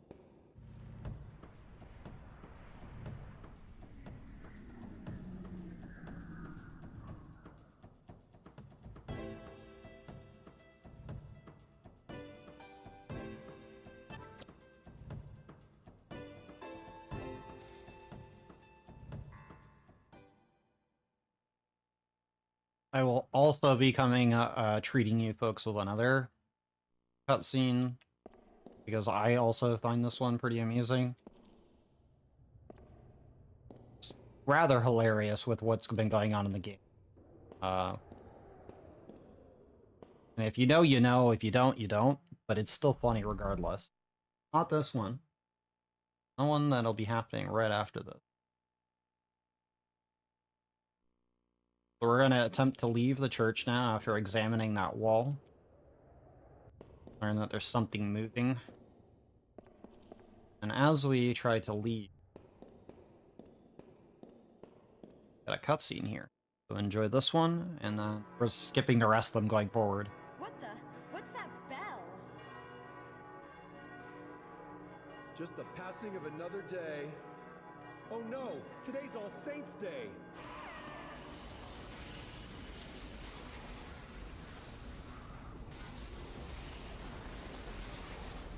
Their spiritual energy is coming together.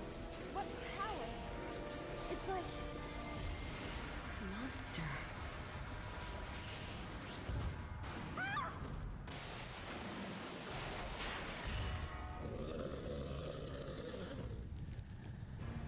What? What's happening? This can't be.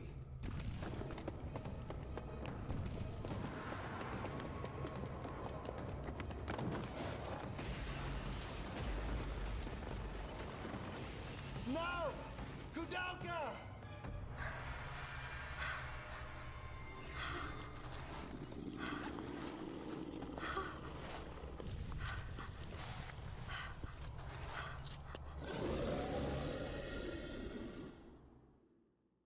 Alright, so, yeah.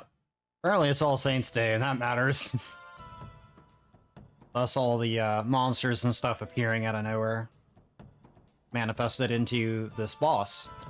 However, we're gonna run away from this boss, and only this boss can we run away from. That flappy fella there is a super boss. And if you try to fight it like I did casually, you'll die.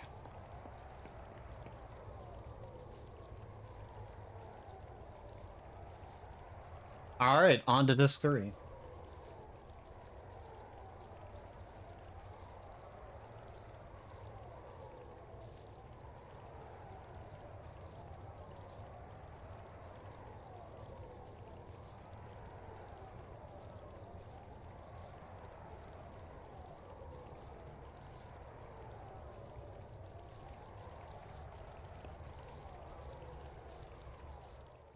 Alright. We're gonna go over here, all the icon pieces that we picked up before, we're gonna go here and plug them into these statues. Or 3, sorry.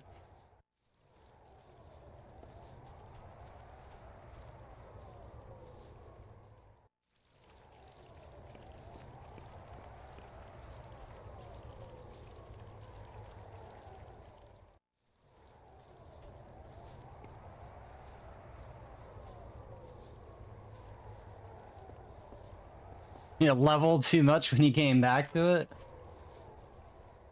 You must have been really high level, because that super boss fight is very, very rough. Like, I think casually when I came back to it, I was like somewhere in the level 70 plus range. And even then, it was super scary of a boss fight. But I also, like, like, honestly, you could be a really high level, too. And depending on how you go about playing the game and how you set your characters up and what equipment you have, that ultimately decides how easy or hard the run is going to be overall for you, or the playthrough is going to be. And it's a learning experience. It's a learning process. I'll tell you what, the first time I play a game casually, do I pay attention to anything that's going on? Not really. Mechanically, not really. Story, I'm too invested in. And that usually detracts me from, like, picking up on these subtle things with, like, how the mechanics are playing out. I didn't understand that there was elemental bonuses and weaknesses and resistances and that you could heal enemies in combat. I was just kind of, like, guessing all of that. But it does matter. So once you start paying attention to that kind of stuff, it makes a big difference. And then knowing what stats affect which types of weapons and which things to put your level points into does matter quite a great deal, depending on your playstyle and approach to the game. So now that we've placed those all in, the fountain is gonna stop here. We're gonna go here and grab this item that's in this fountain back here. And this is a pendant that, if we watch the opening cutscene, Kouldeka lost. So now that we can pick that up, I mean, we didn't watch the opening cutscene, but we lost that pendant there, and we finally get it back. And it's going to be relevant much later in the run.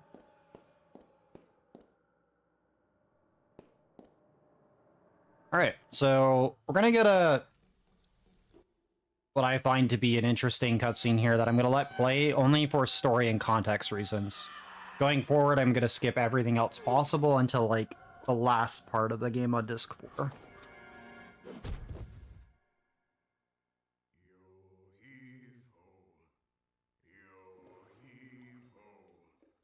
What a beautiful sunset.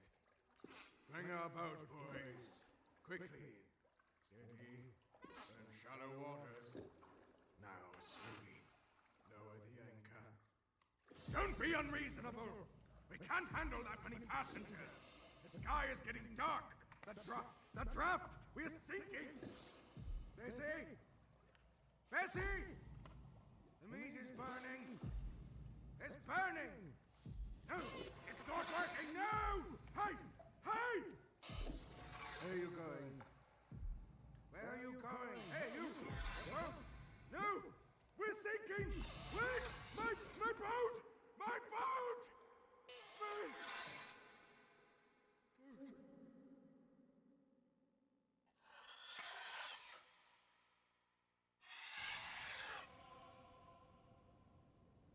Are you awake? These ruffians! You harlot! Strumpet! Have you no shame? Oh, if only Elaine had been saved, we wouldn't be in this mess. Elaine? Yes. She was merciful. She was benevolent. She believed me, and she was fond of my paintings. Your paintings. The sun. It wasn't my fault! All of a sudden, there was a cold ship out of nowhere. It was dark. What could we do? It sank so fast. I was faultless. Elaine. Poor Elaine. If only I'd stayed with her. Hey, you! You! Hey, how's that? Just a lamp? I'll make you just a lamp! You're crazy! Shut up!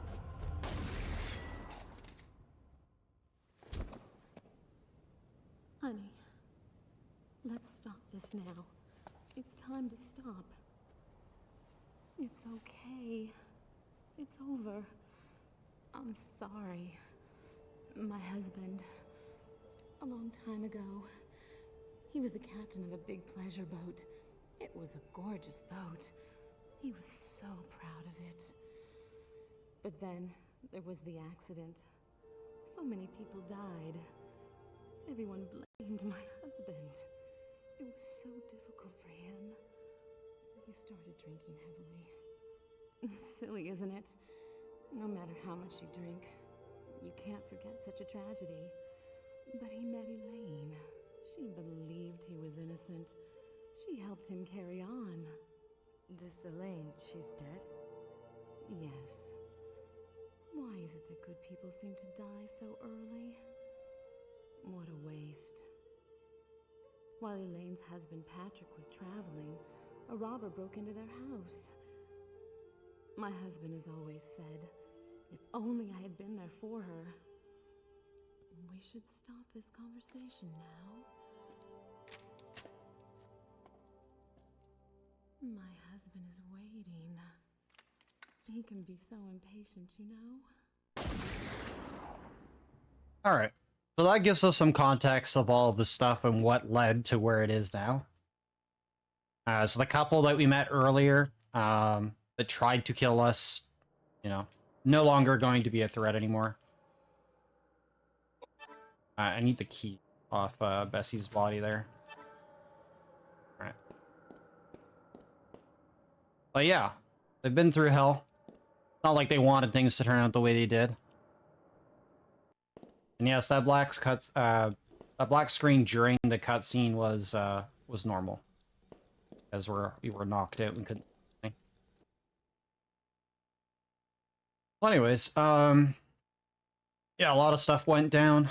Named Patrick's mentioned, and then the old fellow there that's gone a little crazy is mentally distraught from like the boat that he owns going down and killing hundreds of people that he feels responsible for, and he just couldn't live with himself.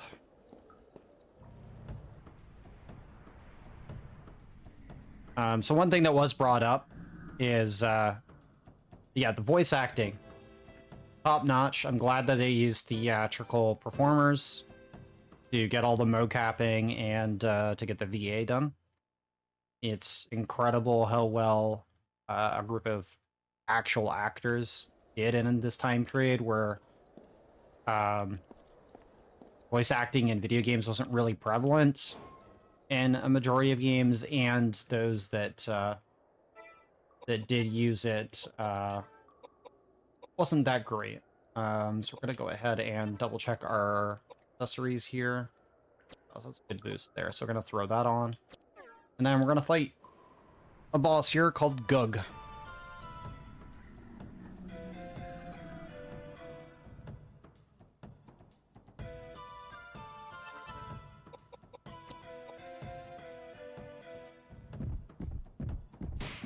So, starting on disc 3, we just have Kouldeka, which makes this first section of disc 3 pretty rough, if you don't know what you're doing. But, you know, we're in good shape.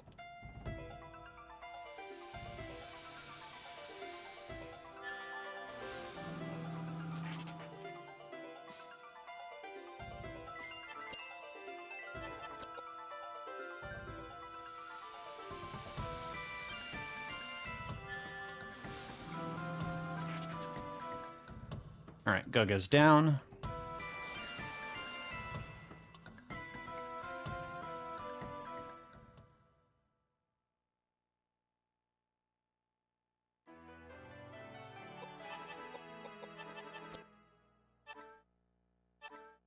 We're not gonna take the shotgun here. Yep.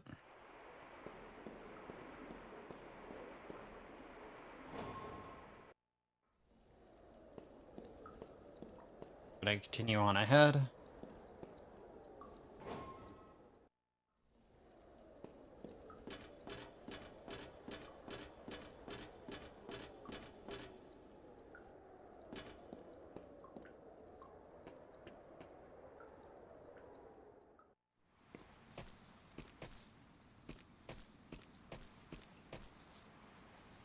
And we're going to go ahead and examine the tombstone over here, which will trigger a cutscene. But we're going to grab this other doll here we need. And we'll be doing some backtracking soon.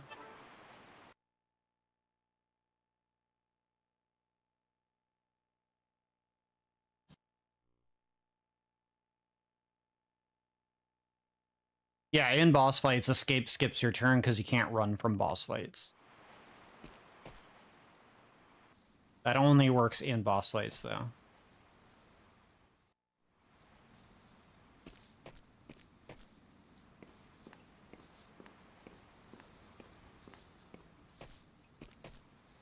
Alright, so the dude in the coffin from the cutscene that we did watch is actually alive and is a real person. been around for over, 300 plus years. And he tells us that he doesn't like a lot of the noise from our companions that we got separated from, so he wants us to go deal with that. So I can try to get some rest and peace now that he's awake.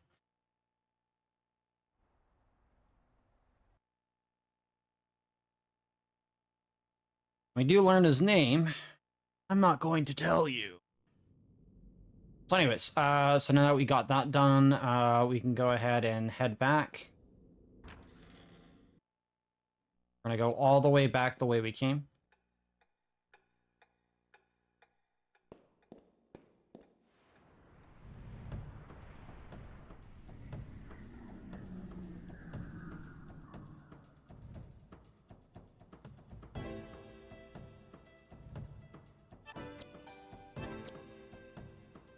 But yeah, if you're familiar with the Shadowheart series, you should know who that character is.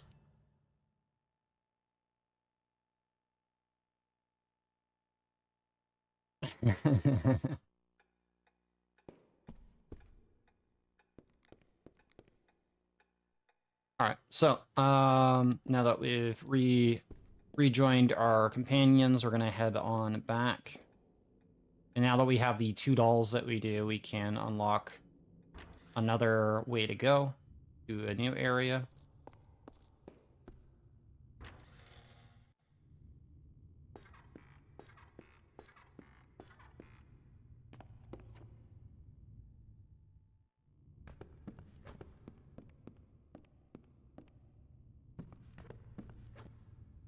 Yeah, there's a fair amount of backtracking in the game, but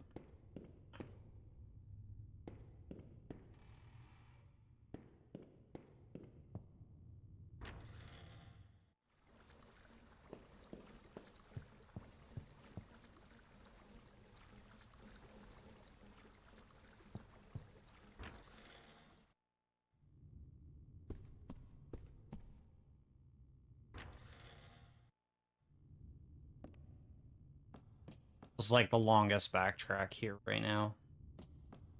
Thankfully, all the rest of the backtracks are a lot shorter.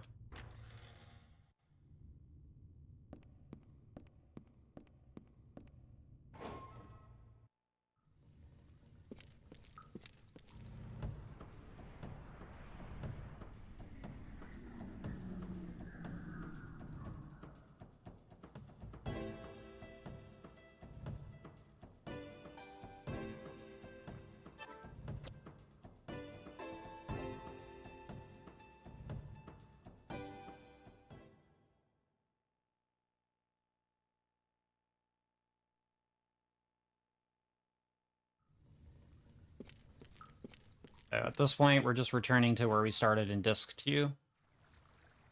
So we can advance forward.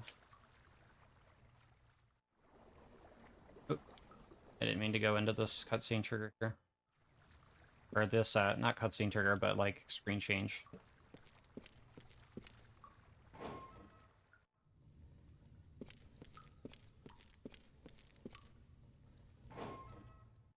Alright, so now that we're back here, we can go over here, examine the 2 decrepit bodies here, which are actually ghosts. And if we tried to open this door before that, it would start a boss fight that's unwinnable. So that's why we need those 2 dolls, so that we can let those poor girls rest in peace, and they will give us the key to open that door.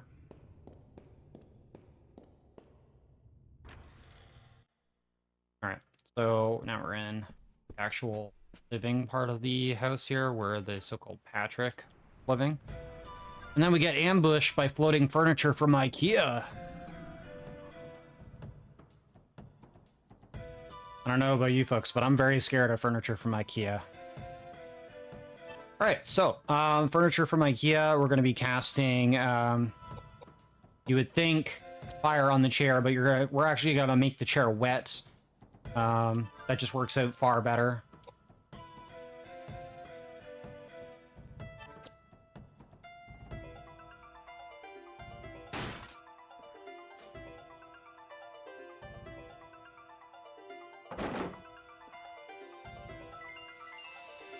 This furniture is very angry with us.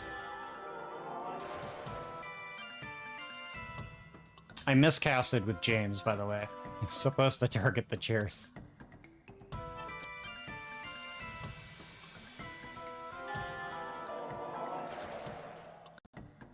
Thanks, James. Thank you for trying.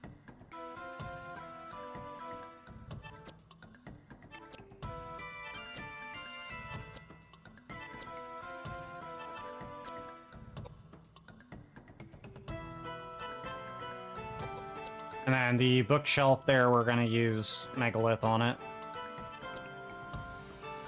Yeah, so we're not using fire to destroy the furniture.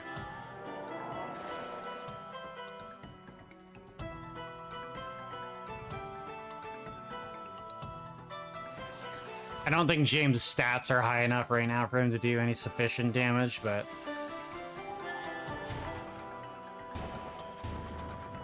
yeah, we gotta pop those accessories on him, and that'll boost him up a bit, but I still don't think it'll be quite enough. So James is on the sideline for now. We'll use him a bit more late game.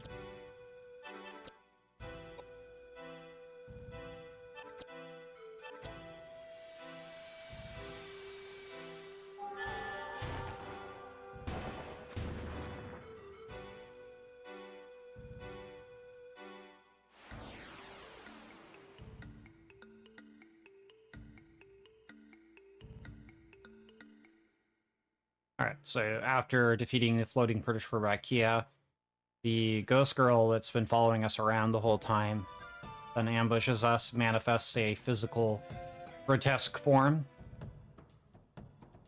Very unhappy about dying in this place hundreds of years ago. And she felt like no one loved her. We tried to convince her that there must have been someone that loved her and that, you know, we can empathize with her, but she doesn't believe us.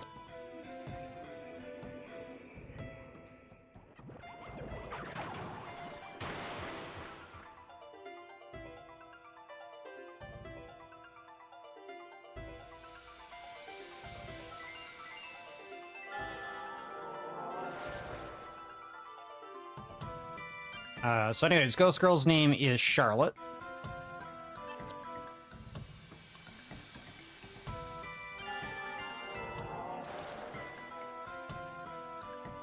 Bravo, James. Great damage.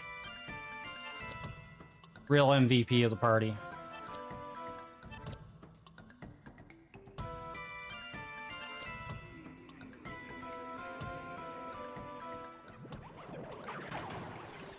He's doing his best, yes he is.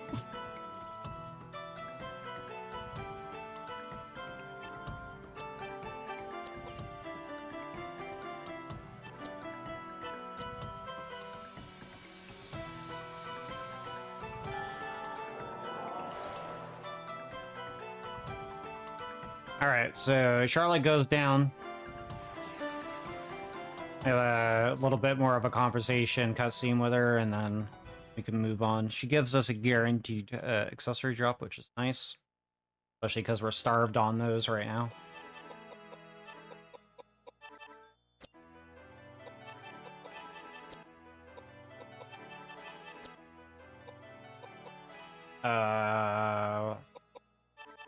Doubling agility at this point.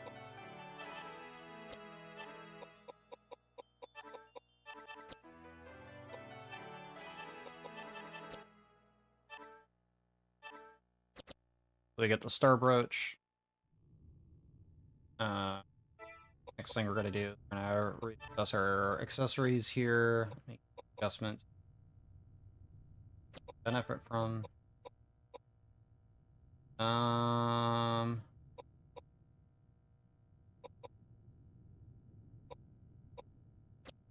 send these over to James. That one there. Alright, and that's about as good as we can get. Alright, so now we've done that. And got this door here.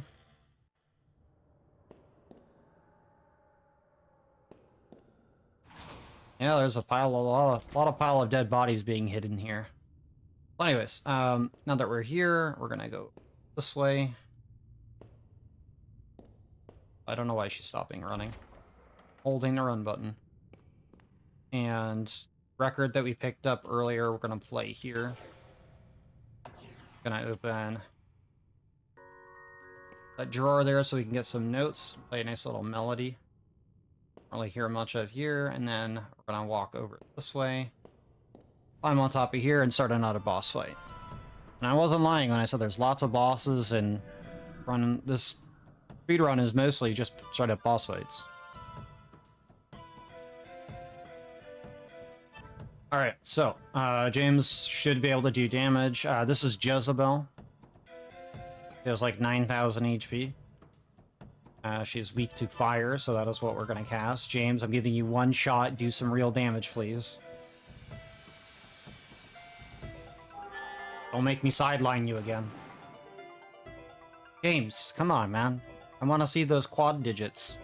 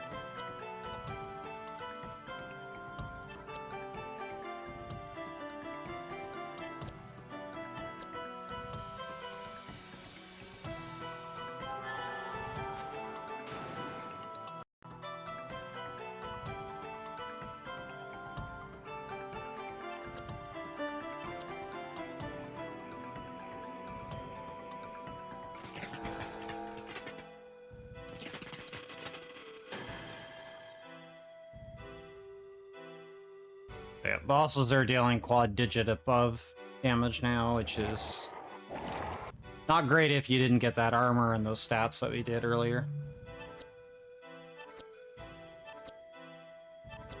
But this is... Edward's job is to take all the damage, so we need him to be extra beefy.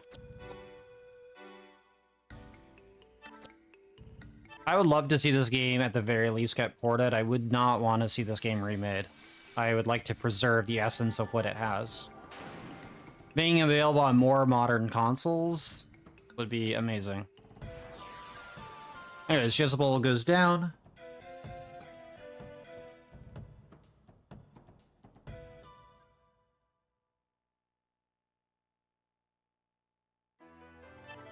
And now we can keep leveling.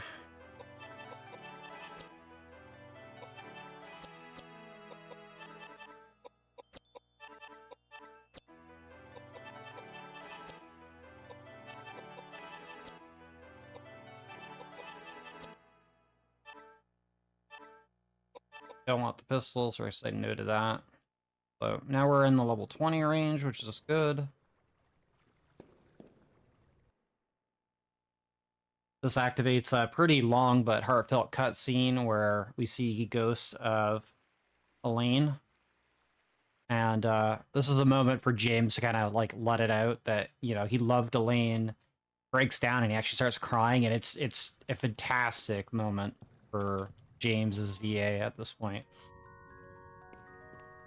But we're gonna skip that one. We're about 2 hours into the run, and if we want to meet the estimate, we're gonna have to keep pushing along here. We had some pretty terrible RNG so far. And there's still one other grind RNG session that could really cost us a lot of time if it doesn't play it well.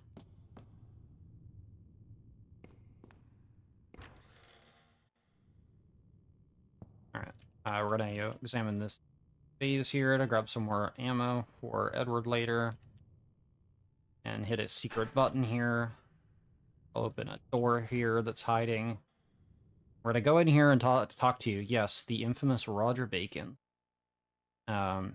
Because we picked up those notes from using the record player, we're going to be able to talk to him twice in a row instead of backtracking to figure out what we need to do. Because right now he was just looking for something. So we're going to exit the room and then re-enter, get that second cutscene that we're going to skip. Where it starts talking about the about a grimoire, which has a lot of like magical knowledge and information about some ancient druidic rituals that were supposedly people were attempting back then to, you know, prolong the life of people and other things. And as we all know, messing around with life itself doesn't usually bode well. Going to examine these books and learn that a fireplace in Greek is called a hearth. And then we need that information. We're going to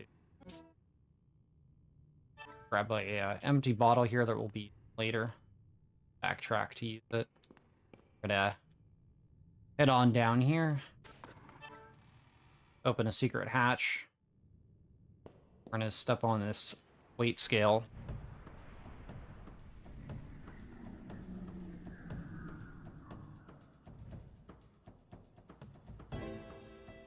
Alright, very, very rare encounter. We have a cat.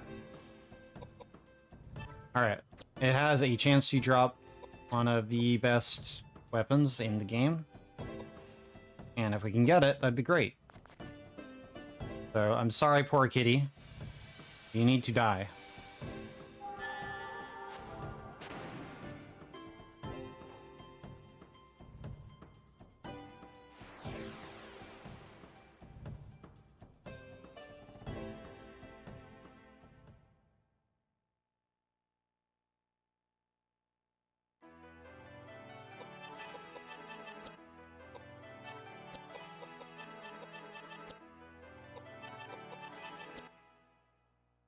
And we didn't get the item drop, unfortunate. I'm sad. I'm sorry, everybody. Kitty died for nothing. Alright, so we're gonna set the weight scale to 2 and 5. That'll unlock the door across from us. And head out of there. Now, if there was a body there as I went out this door, if we examined it, we would have gotten a matchbox. And that matchbox allows us to go into a room to get a hidden weapon. Fairly decent hidden weapon. In another part of the area here. So we're going to... Oops. I accidentally messed that up. We need to get all of these dolls facing the right way, and then it'll unlock this next door here. It's just a puzzle.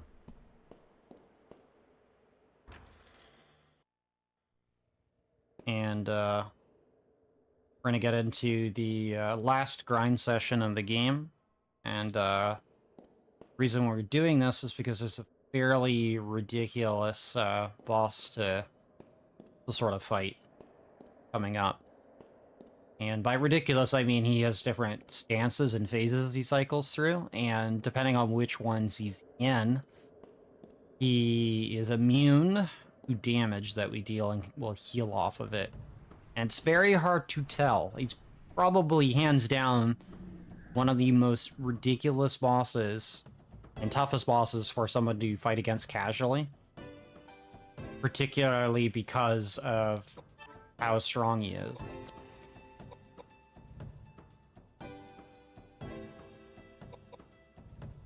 Alright, and this is an encounter that we want to see happen, because we're trying to...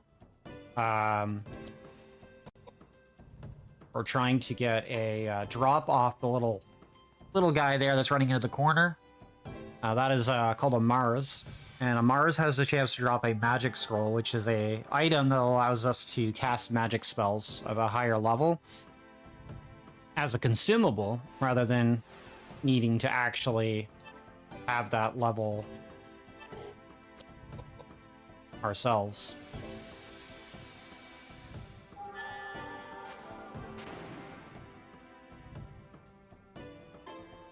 Not a guarantee drop either, and we're looking for one we're not looking for one of the 4 potential scrolls that the Mars there can drop. We want anything except for a wind scroll, essentially.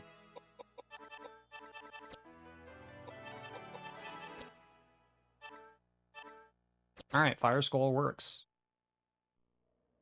Alright, that was good RNG. We didn't have to stay here fighting this forever. That's great. I am super happy about that.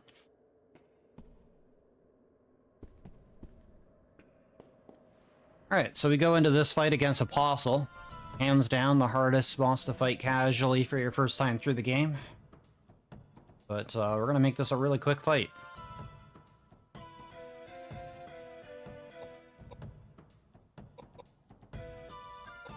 So we're going to use Kouldeka here, and we're going to use that fire scroll on the boss.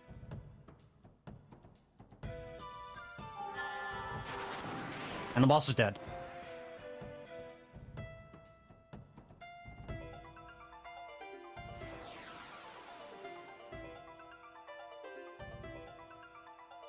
If you do the fight normally, you're looking at a 5-minute fight in the speedrun at least, potentially longer. Casually, I probably spent... But my first time fighting this boss casually, I was locked into this fight for close to an hour and a half. And because he's such a hard fight, we get a lot of levels off this guy.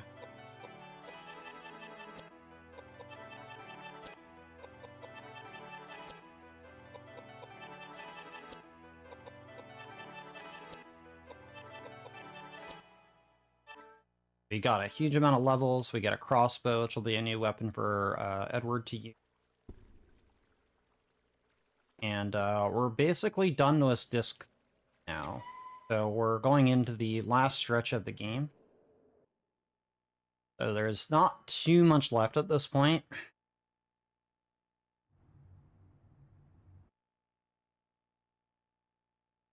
We just have a bunch more.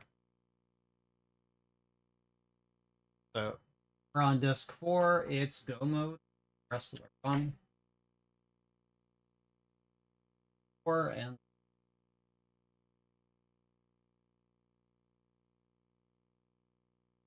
disc 4 is rather short, but it's also some of the hardest fights in the game. Not ready for them.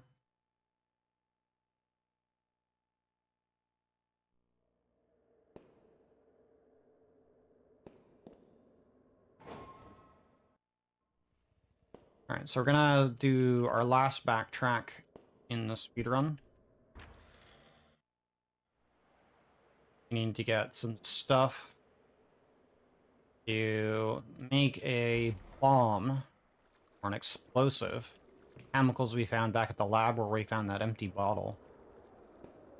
And that'll blow open the access to the area on disc 4 for us so that we can get to last bit of the boss gauntlet and finish up the run. That's not what I meant to do. So,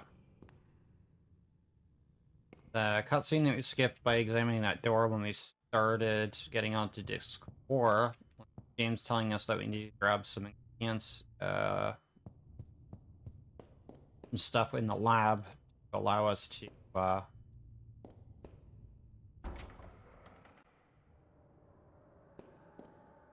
make the bomb with the chemicals that are there. So that's what we need that empty bottle for. We're gonna go back a little bit here, go get this bottle filled with some acid. I messed up that movement.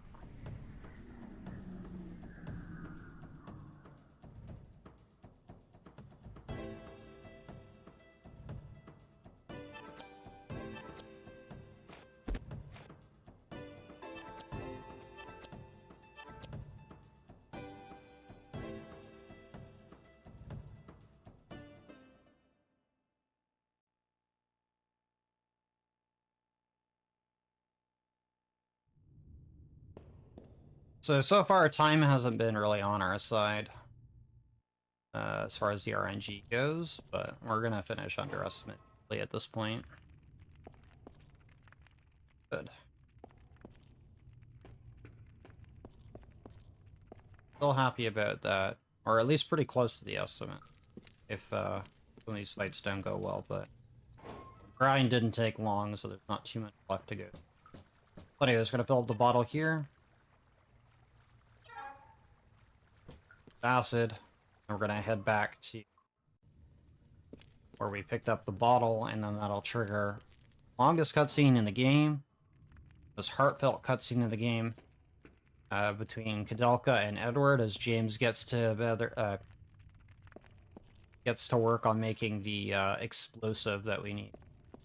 And during that time, Koudelka and Edward are going to get completely sloshed. They're going to make themselves silly, get pretty romantic with each other, and start expressing true feelings about everything in their life.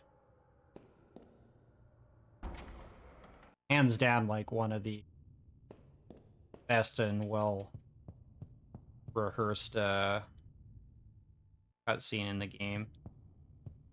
It's not funny or anything like some of the other ones are, but it's a very good, like, touch moment at this point, now that everybody's gotten very close to each other over the period of the game. But it's like 10 to 15 minutes long. You wait for me here? Somewhere in that ballpark.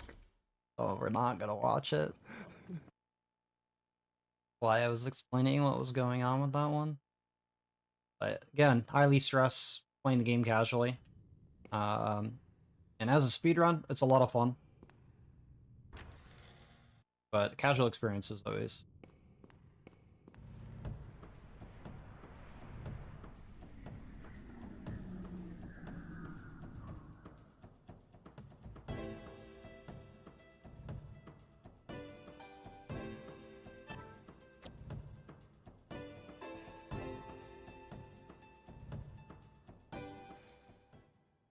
So I'll probably play majority of the remaining cutscenes on disc 4 because they're fairly short.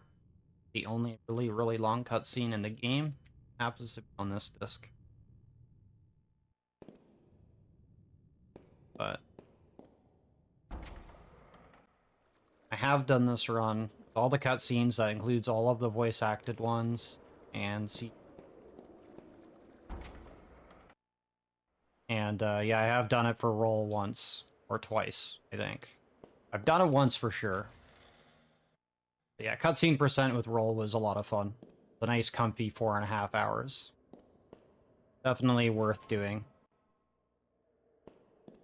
I had an amazing time doing that run for.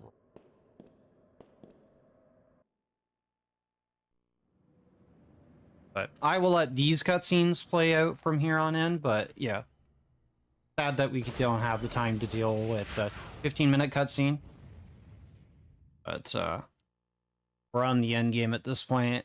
Beyond this point is the point of no return to, so if you haven't finished anything up in the game and there's items that you maybe wanted to explore or areas to go, be the time to go do it before going into where I am now. At this point, we got about It's amazing. 20 minutes left of the run.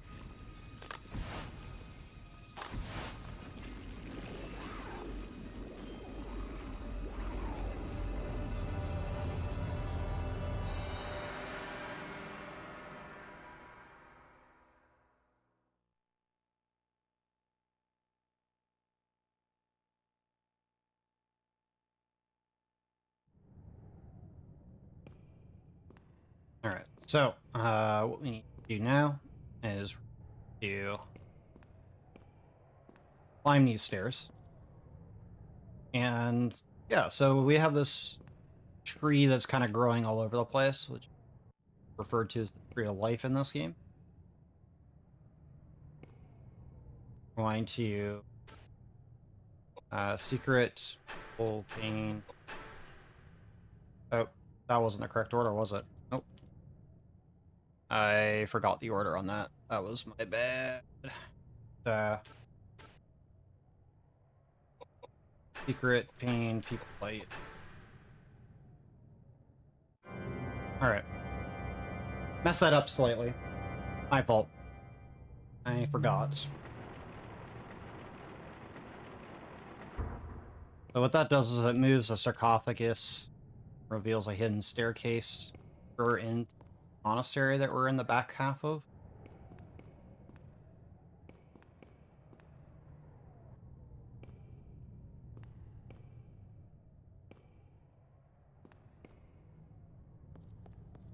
And down below here is Patrick's workshop.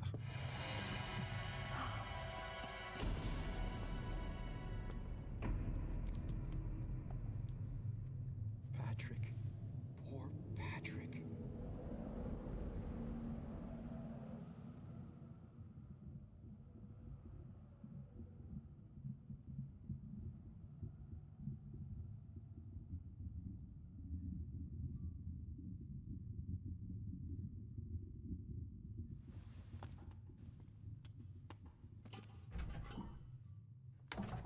Hey, what are you doing? What's that note? Don't! I'm not asking for your help. This is my problem. None of you need to die with me here.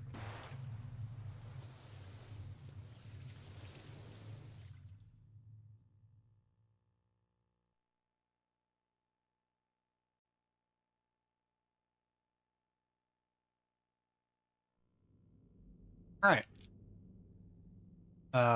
Sorry. I need to interact. Throw Daniel's arm in that we picked up on disc 2. Are you sure? Let's proceed. Saint Daniel Scodius, protect us from these evil spirits and grant us inner strength. Amen.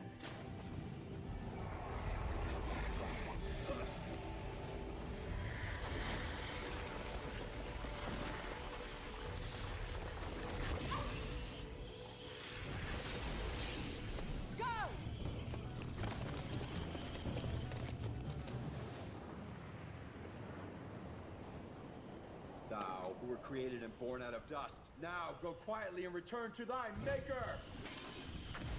And yeah, James is gonna start. He's gonna start a fire. He's gonna lift the roof off this place. But anyways, now we're definitely not going back in there.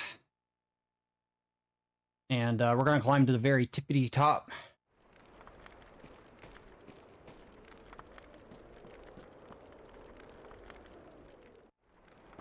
And we're gonna get into a couple engagements with the Tree of Life. So the way these fights work, well, not this guy. He's not the Tree of Life.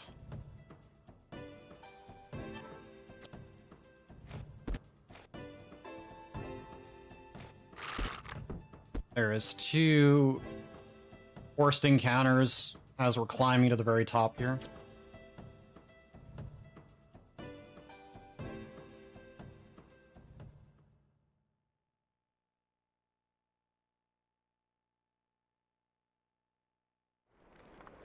Alright, so we got a forced encounter here. And you can tell it's a boss fight or a forced encounter because you'll get this really good banger of a song. Alright, so we have these roots here that we have to deal with, so we're going to be casting fire on them. And then Edward is going to reload his bow. I'm happy that we kept most of our inventory pretty clean, so it makes it really nice and straightforward. We don't want to clutter up our inventory because it's more menuing to deal with. Yeah, James, you're doing damage now. I'm proud of you, boy. Finally, you're doing it.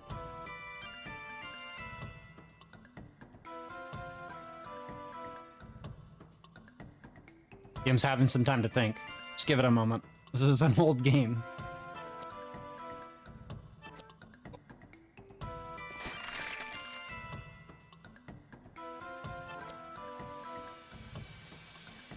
So each one of these roots has about 6,000 HP, pretty close to it.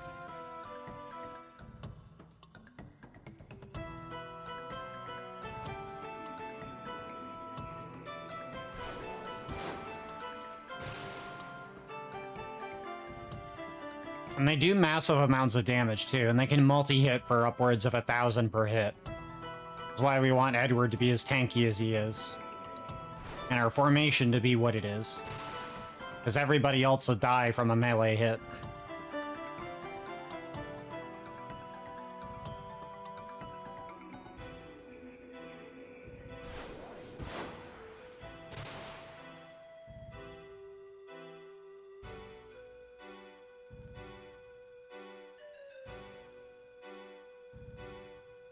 All right.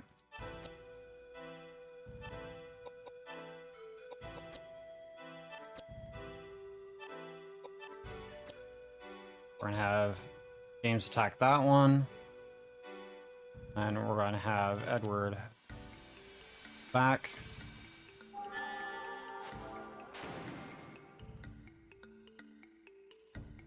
And you'll know an enemy is about to, like, die or is weak because their animation will change.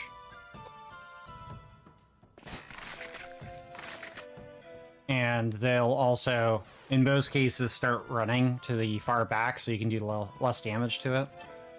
I gotta create distance. And we'll see that in an upcoming boss fight. We might also see it in these boss fights with the Tree of Life. Alright, so that's a single hit. There we go, he's backing up. So we know that that one's about to die. Alright.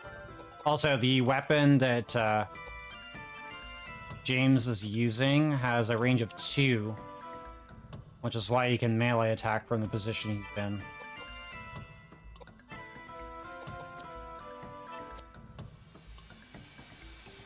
So I just have to be a bit mindful of that when I'm menuing to magic. Alright, so that one's dead.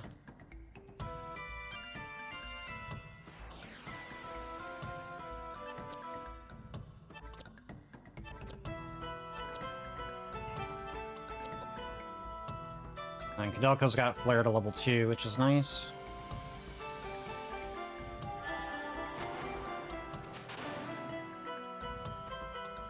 So one more good hit by Koudelka and this thing's dead.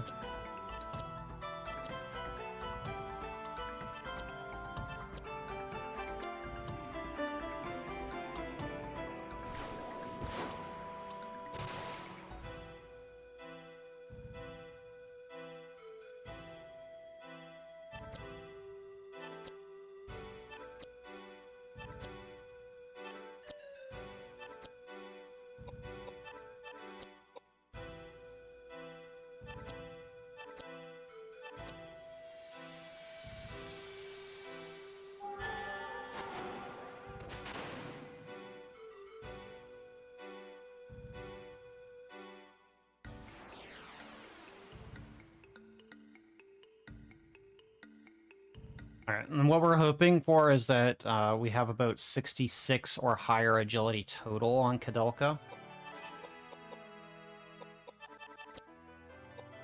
Going into the the final section of the game, but, you know, if we're not there, we're not there.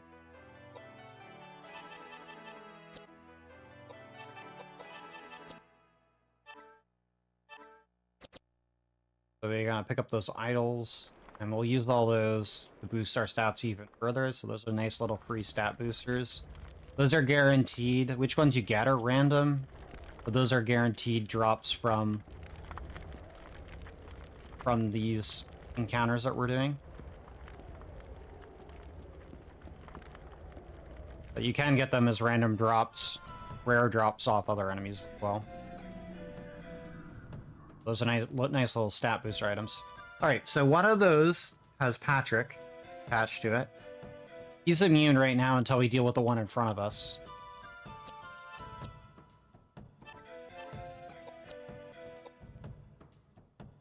We gotta focus down the one in front first. Patrick's still gonna try to attack us.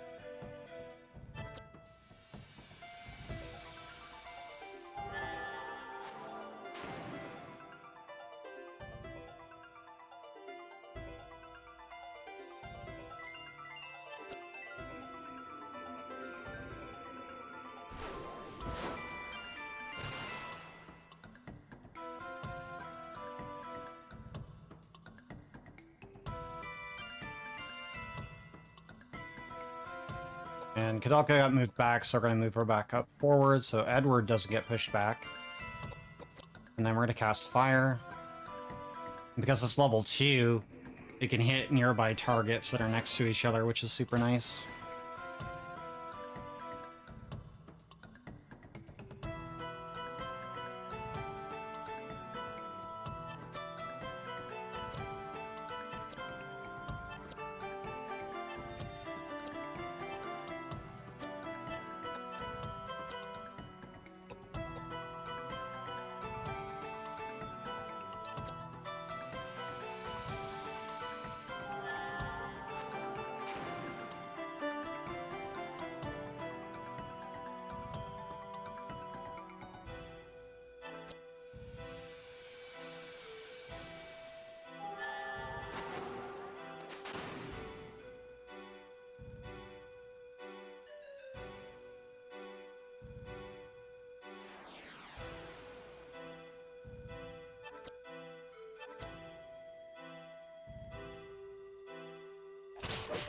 There's that multi-hit I was talking about, but it doesn't do as much to Edward, thankfully.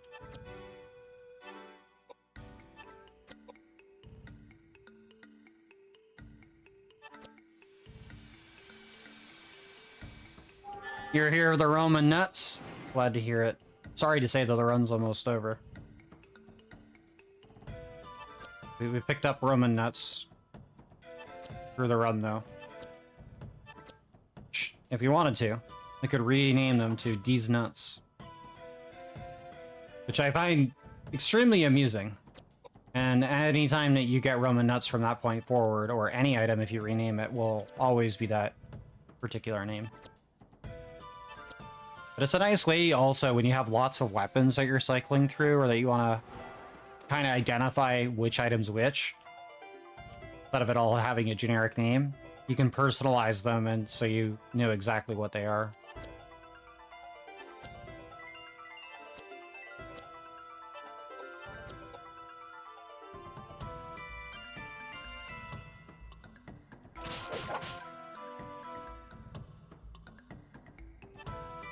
Yeah, it's a bit of a crazy thing. Alright, Edward's a little low here, so we're going to use a high potion to boost him up here. Those multi-hits still do a lot, even to him.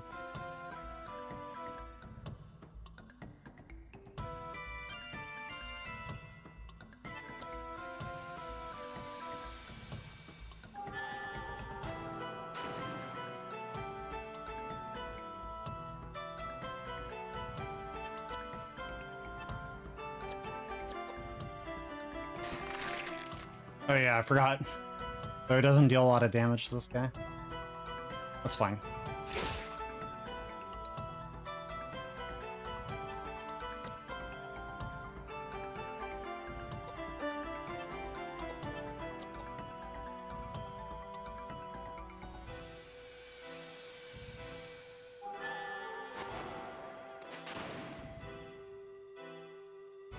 Magic should almost be dead.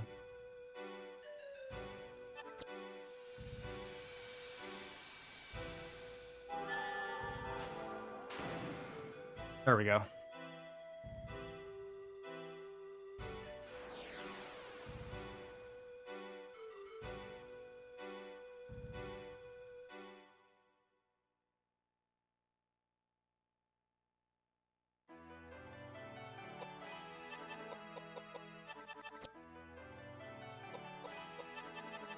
Just gonna boost his...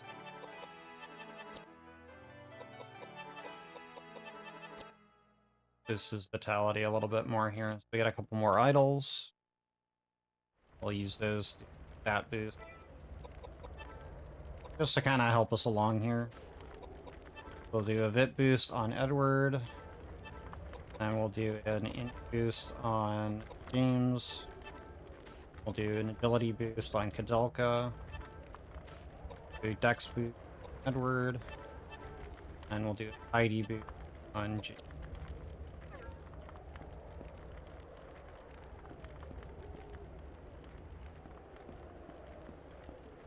Just to kind of up our stats a little bit more.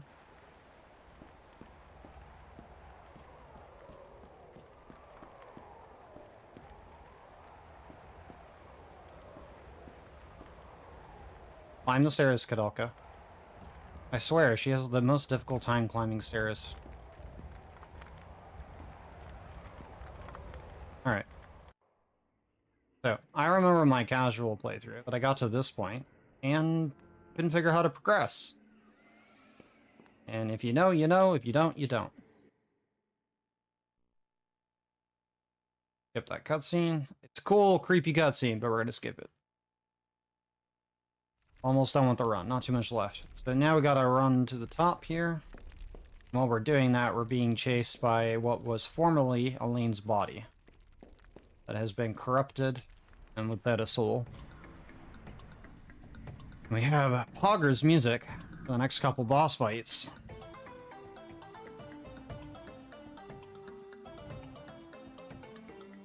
Alright, so first things first. We're just going to skip Edward's turn. We're going to open up the turn on both Koudelka and James by casting Reflect on themselves.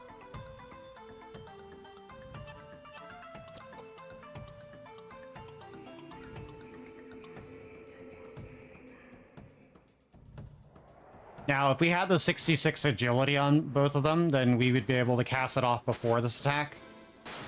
It's not too bad if we didn't, if we don't. We just don't want to get silenced from it. And it can also cause poison as well. But now that Reflect's on there, when she casts that attack, it'll bounce bad damage back to her instead. It's very important for getting extra damage in.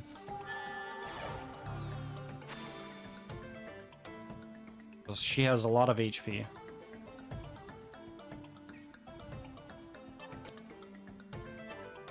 And then Edward's just gonna chill. And then we're going to use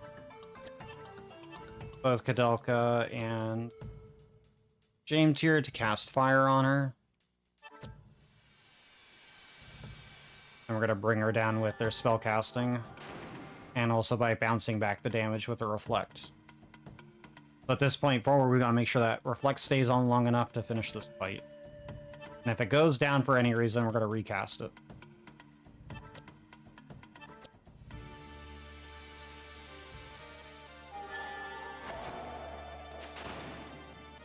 Now, pay attention to Elaine back there, because once she starts doing like a little giddy jiggle, and she runs into the top left-hand corner, we know that she's weak and she's about to die. But you'll see her movements change subtly as she gets lower on HP to that point.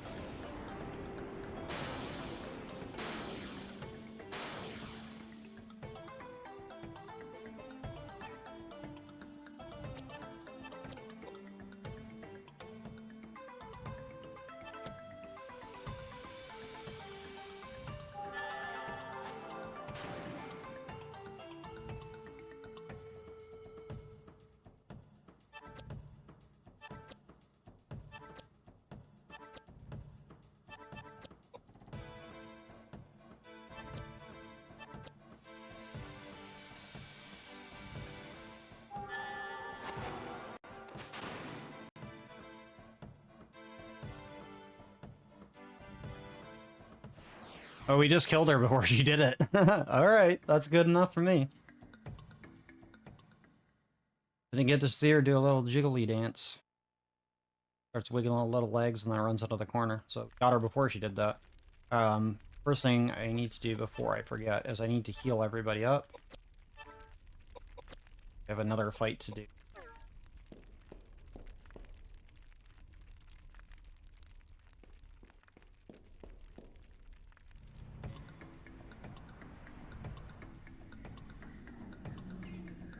Alright, so this is second phase, and then there's one more phase after this, and then the run's over. But we don't have much of the run left at this point. Alright, so in this phase, we can actually use Edward to deal damage, and she's resistant to the previous spell that we were using. So in that case, we're going to start casting Geyser on her.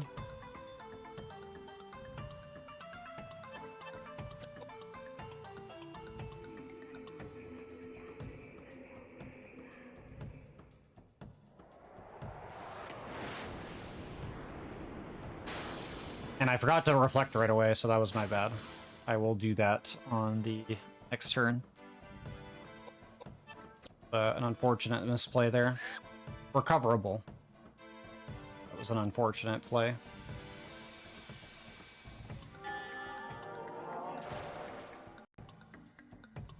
And unfortunately, she's still resistant to magic and the spell, but it's the only other way to speed up damage on her.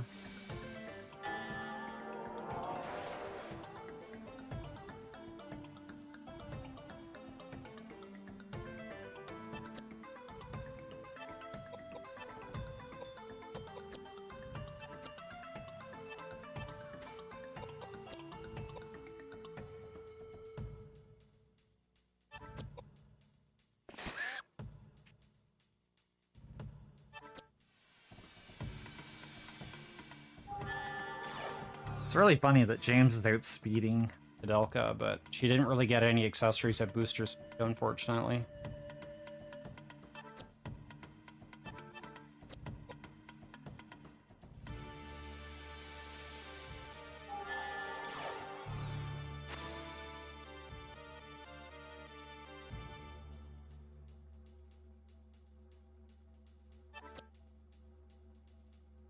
Alright, so we got the reflex up, so we're all good now. Oops, not Panacea.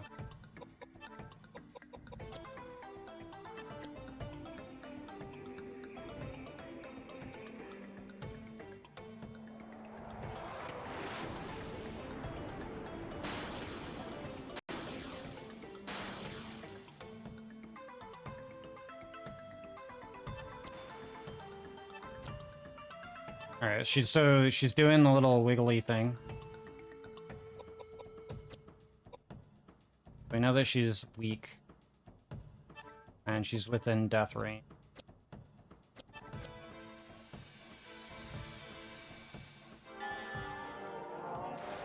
It also does mean that the reflect that we get back off her will start doing less and less damage as well, the lower she gets, because that spell can't actually kill you.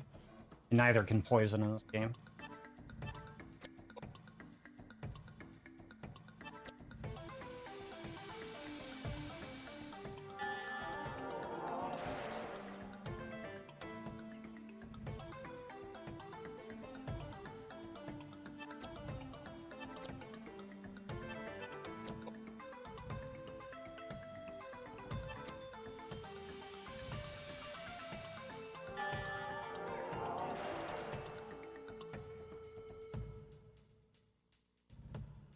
Well, actually, no, the spell can kill you, but the poison can't. Because it's based off HP rounding.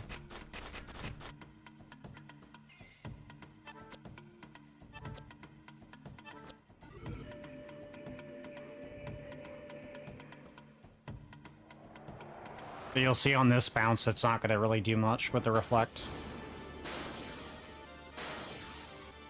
Yeah, I did 0. So this next spell cast should kill her. Just to be sure, I'm gonna make sure James is ready.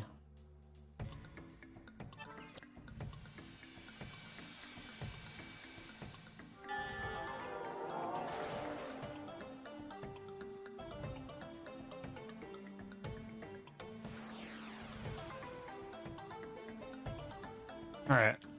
So we have the last phase to deal with, phase 3.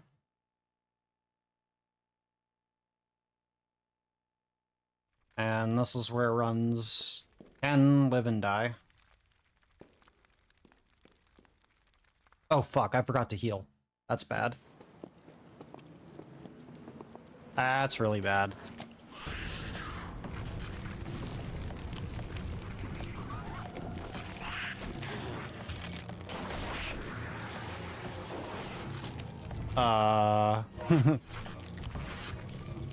Whoopsies.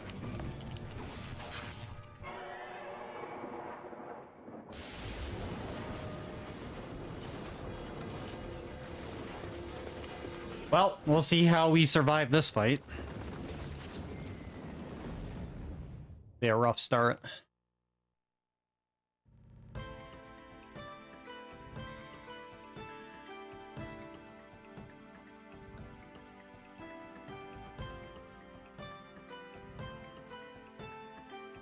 I'm just Josh, and we're not gonna do anything. We're gonna try to die in this fight.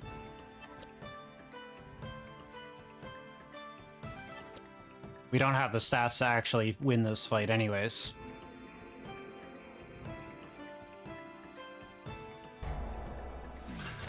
Nor the equipment. So we're going to get everybody killed.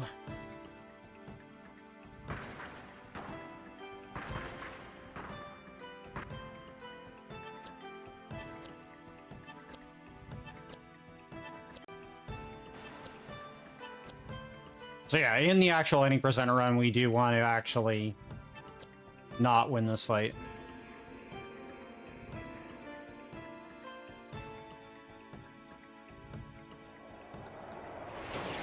This is preferably the attack we do want to see her do, though, to kill us. It'll hit everybody. And, that's time. Run's over. GG. Thank you, everybody.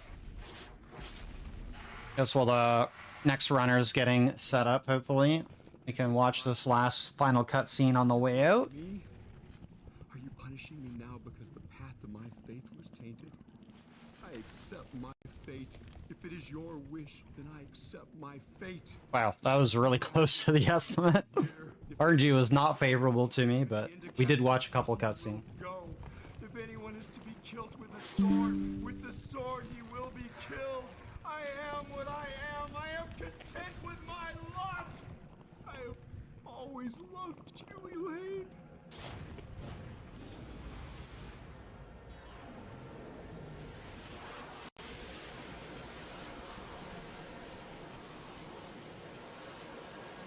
Yeah, we lost like 15 minutes to the RNG at the start of the run anyways. So at that point, I gave up with trying to, like, make sure that everything went perfect the rest of the run, because, you know, RNG was not with us tonight. Other than the first drop, scroll on first fight. That went well.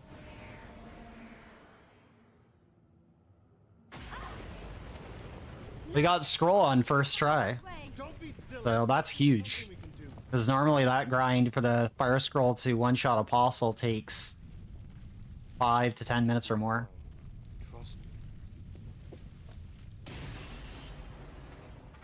So, super incredibly happy about that. Glad I could fill in and do a Kouldeka run for you folks. Hope you all enjoyed the experience. Yeah, my name is Masher, Mash on Twitch. I speedrun a lot of action games, RPGs, and I've gotten into shoot-em-ups recently. And my current projects going into the new year are going to be continuing the FF8 100% run that I've been learning, and also potentially in the near future Stellar Blade.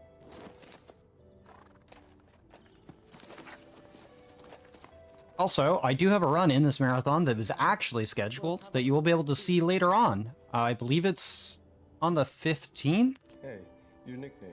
It's a cute, adorable game called Cruel King. I haven't even asked. And it's about a 10-hour run, and it's super adorable, and I hope to see you folks there for a nice, comfy, another run. Treasure. Oh, that's Anyways, rich. that's it for me. Remember that. Treasure. I'm sure we want to get going with the schedule, and thanks for spending the last several hours with me. Is it okay? Hope you enjoy the rest of the marathon, and I will see you all another time. I have a feeling that someday, somewhere, we'll meet again.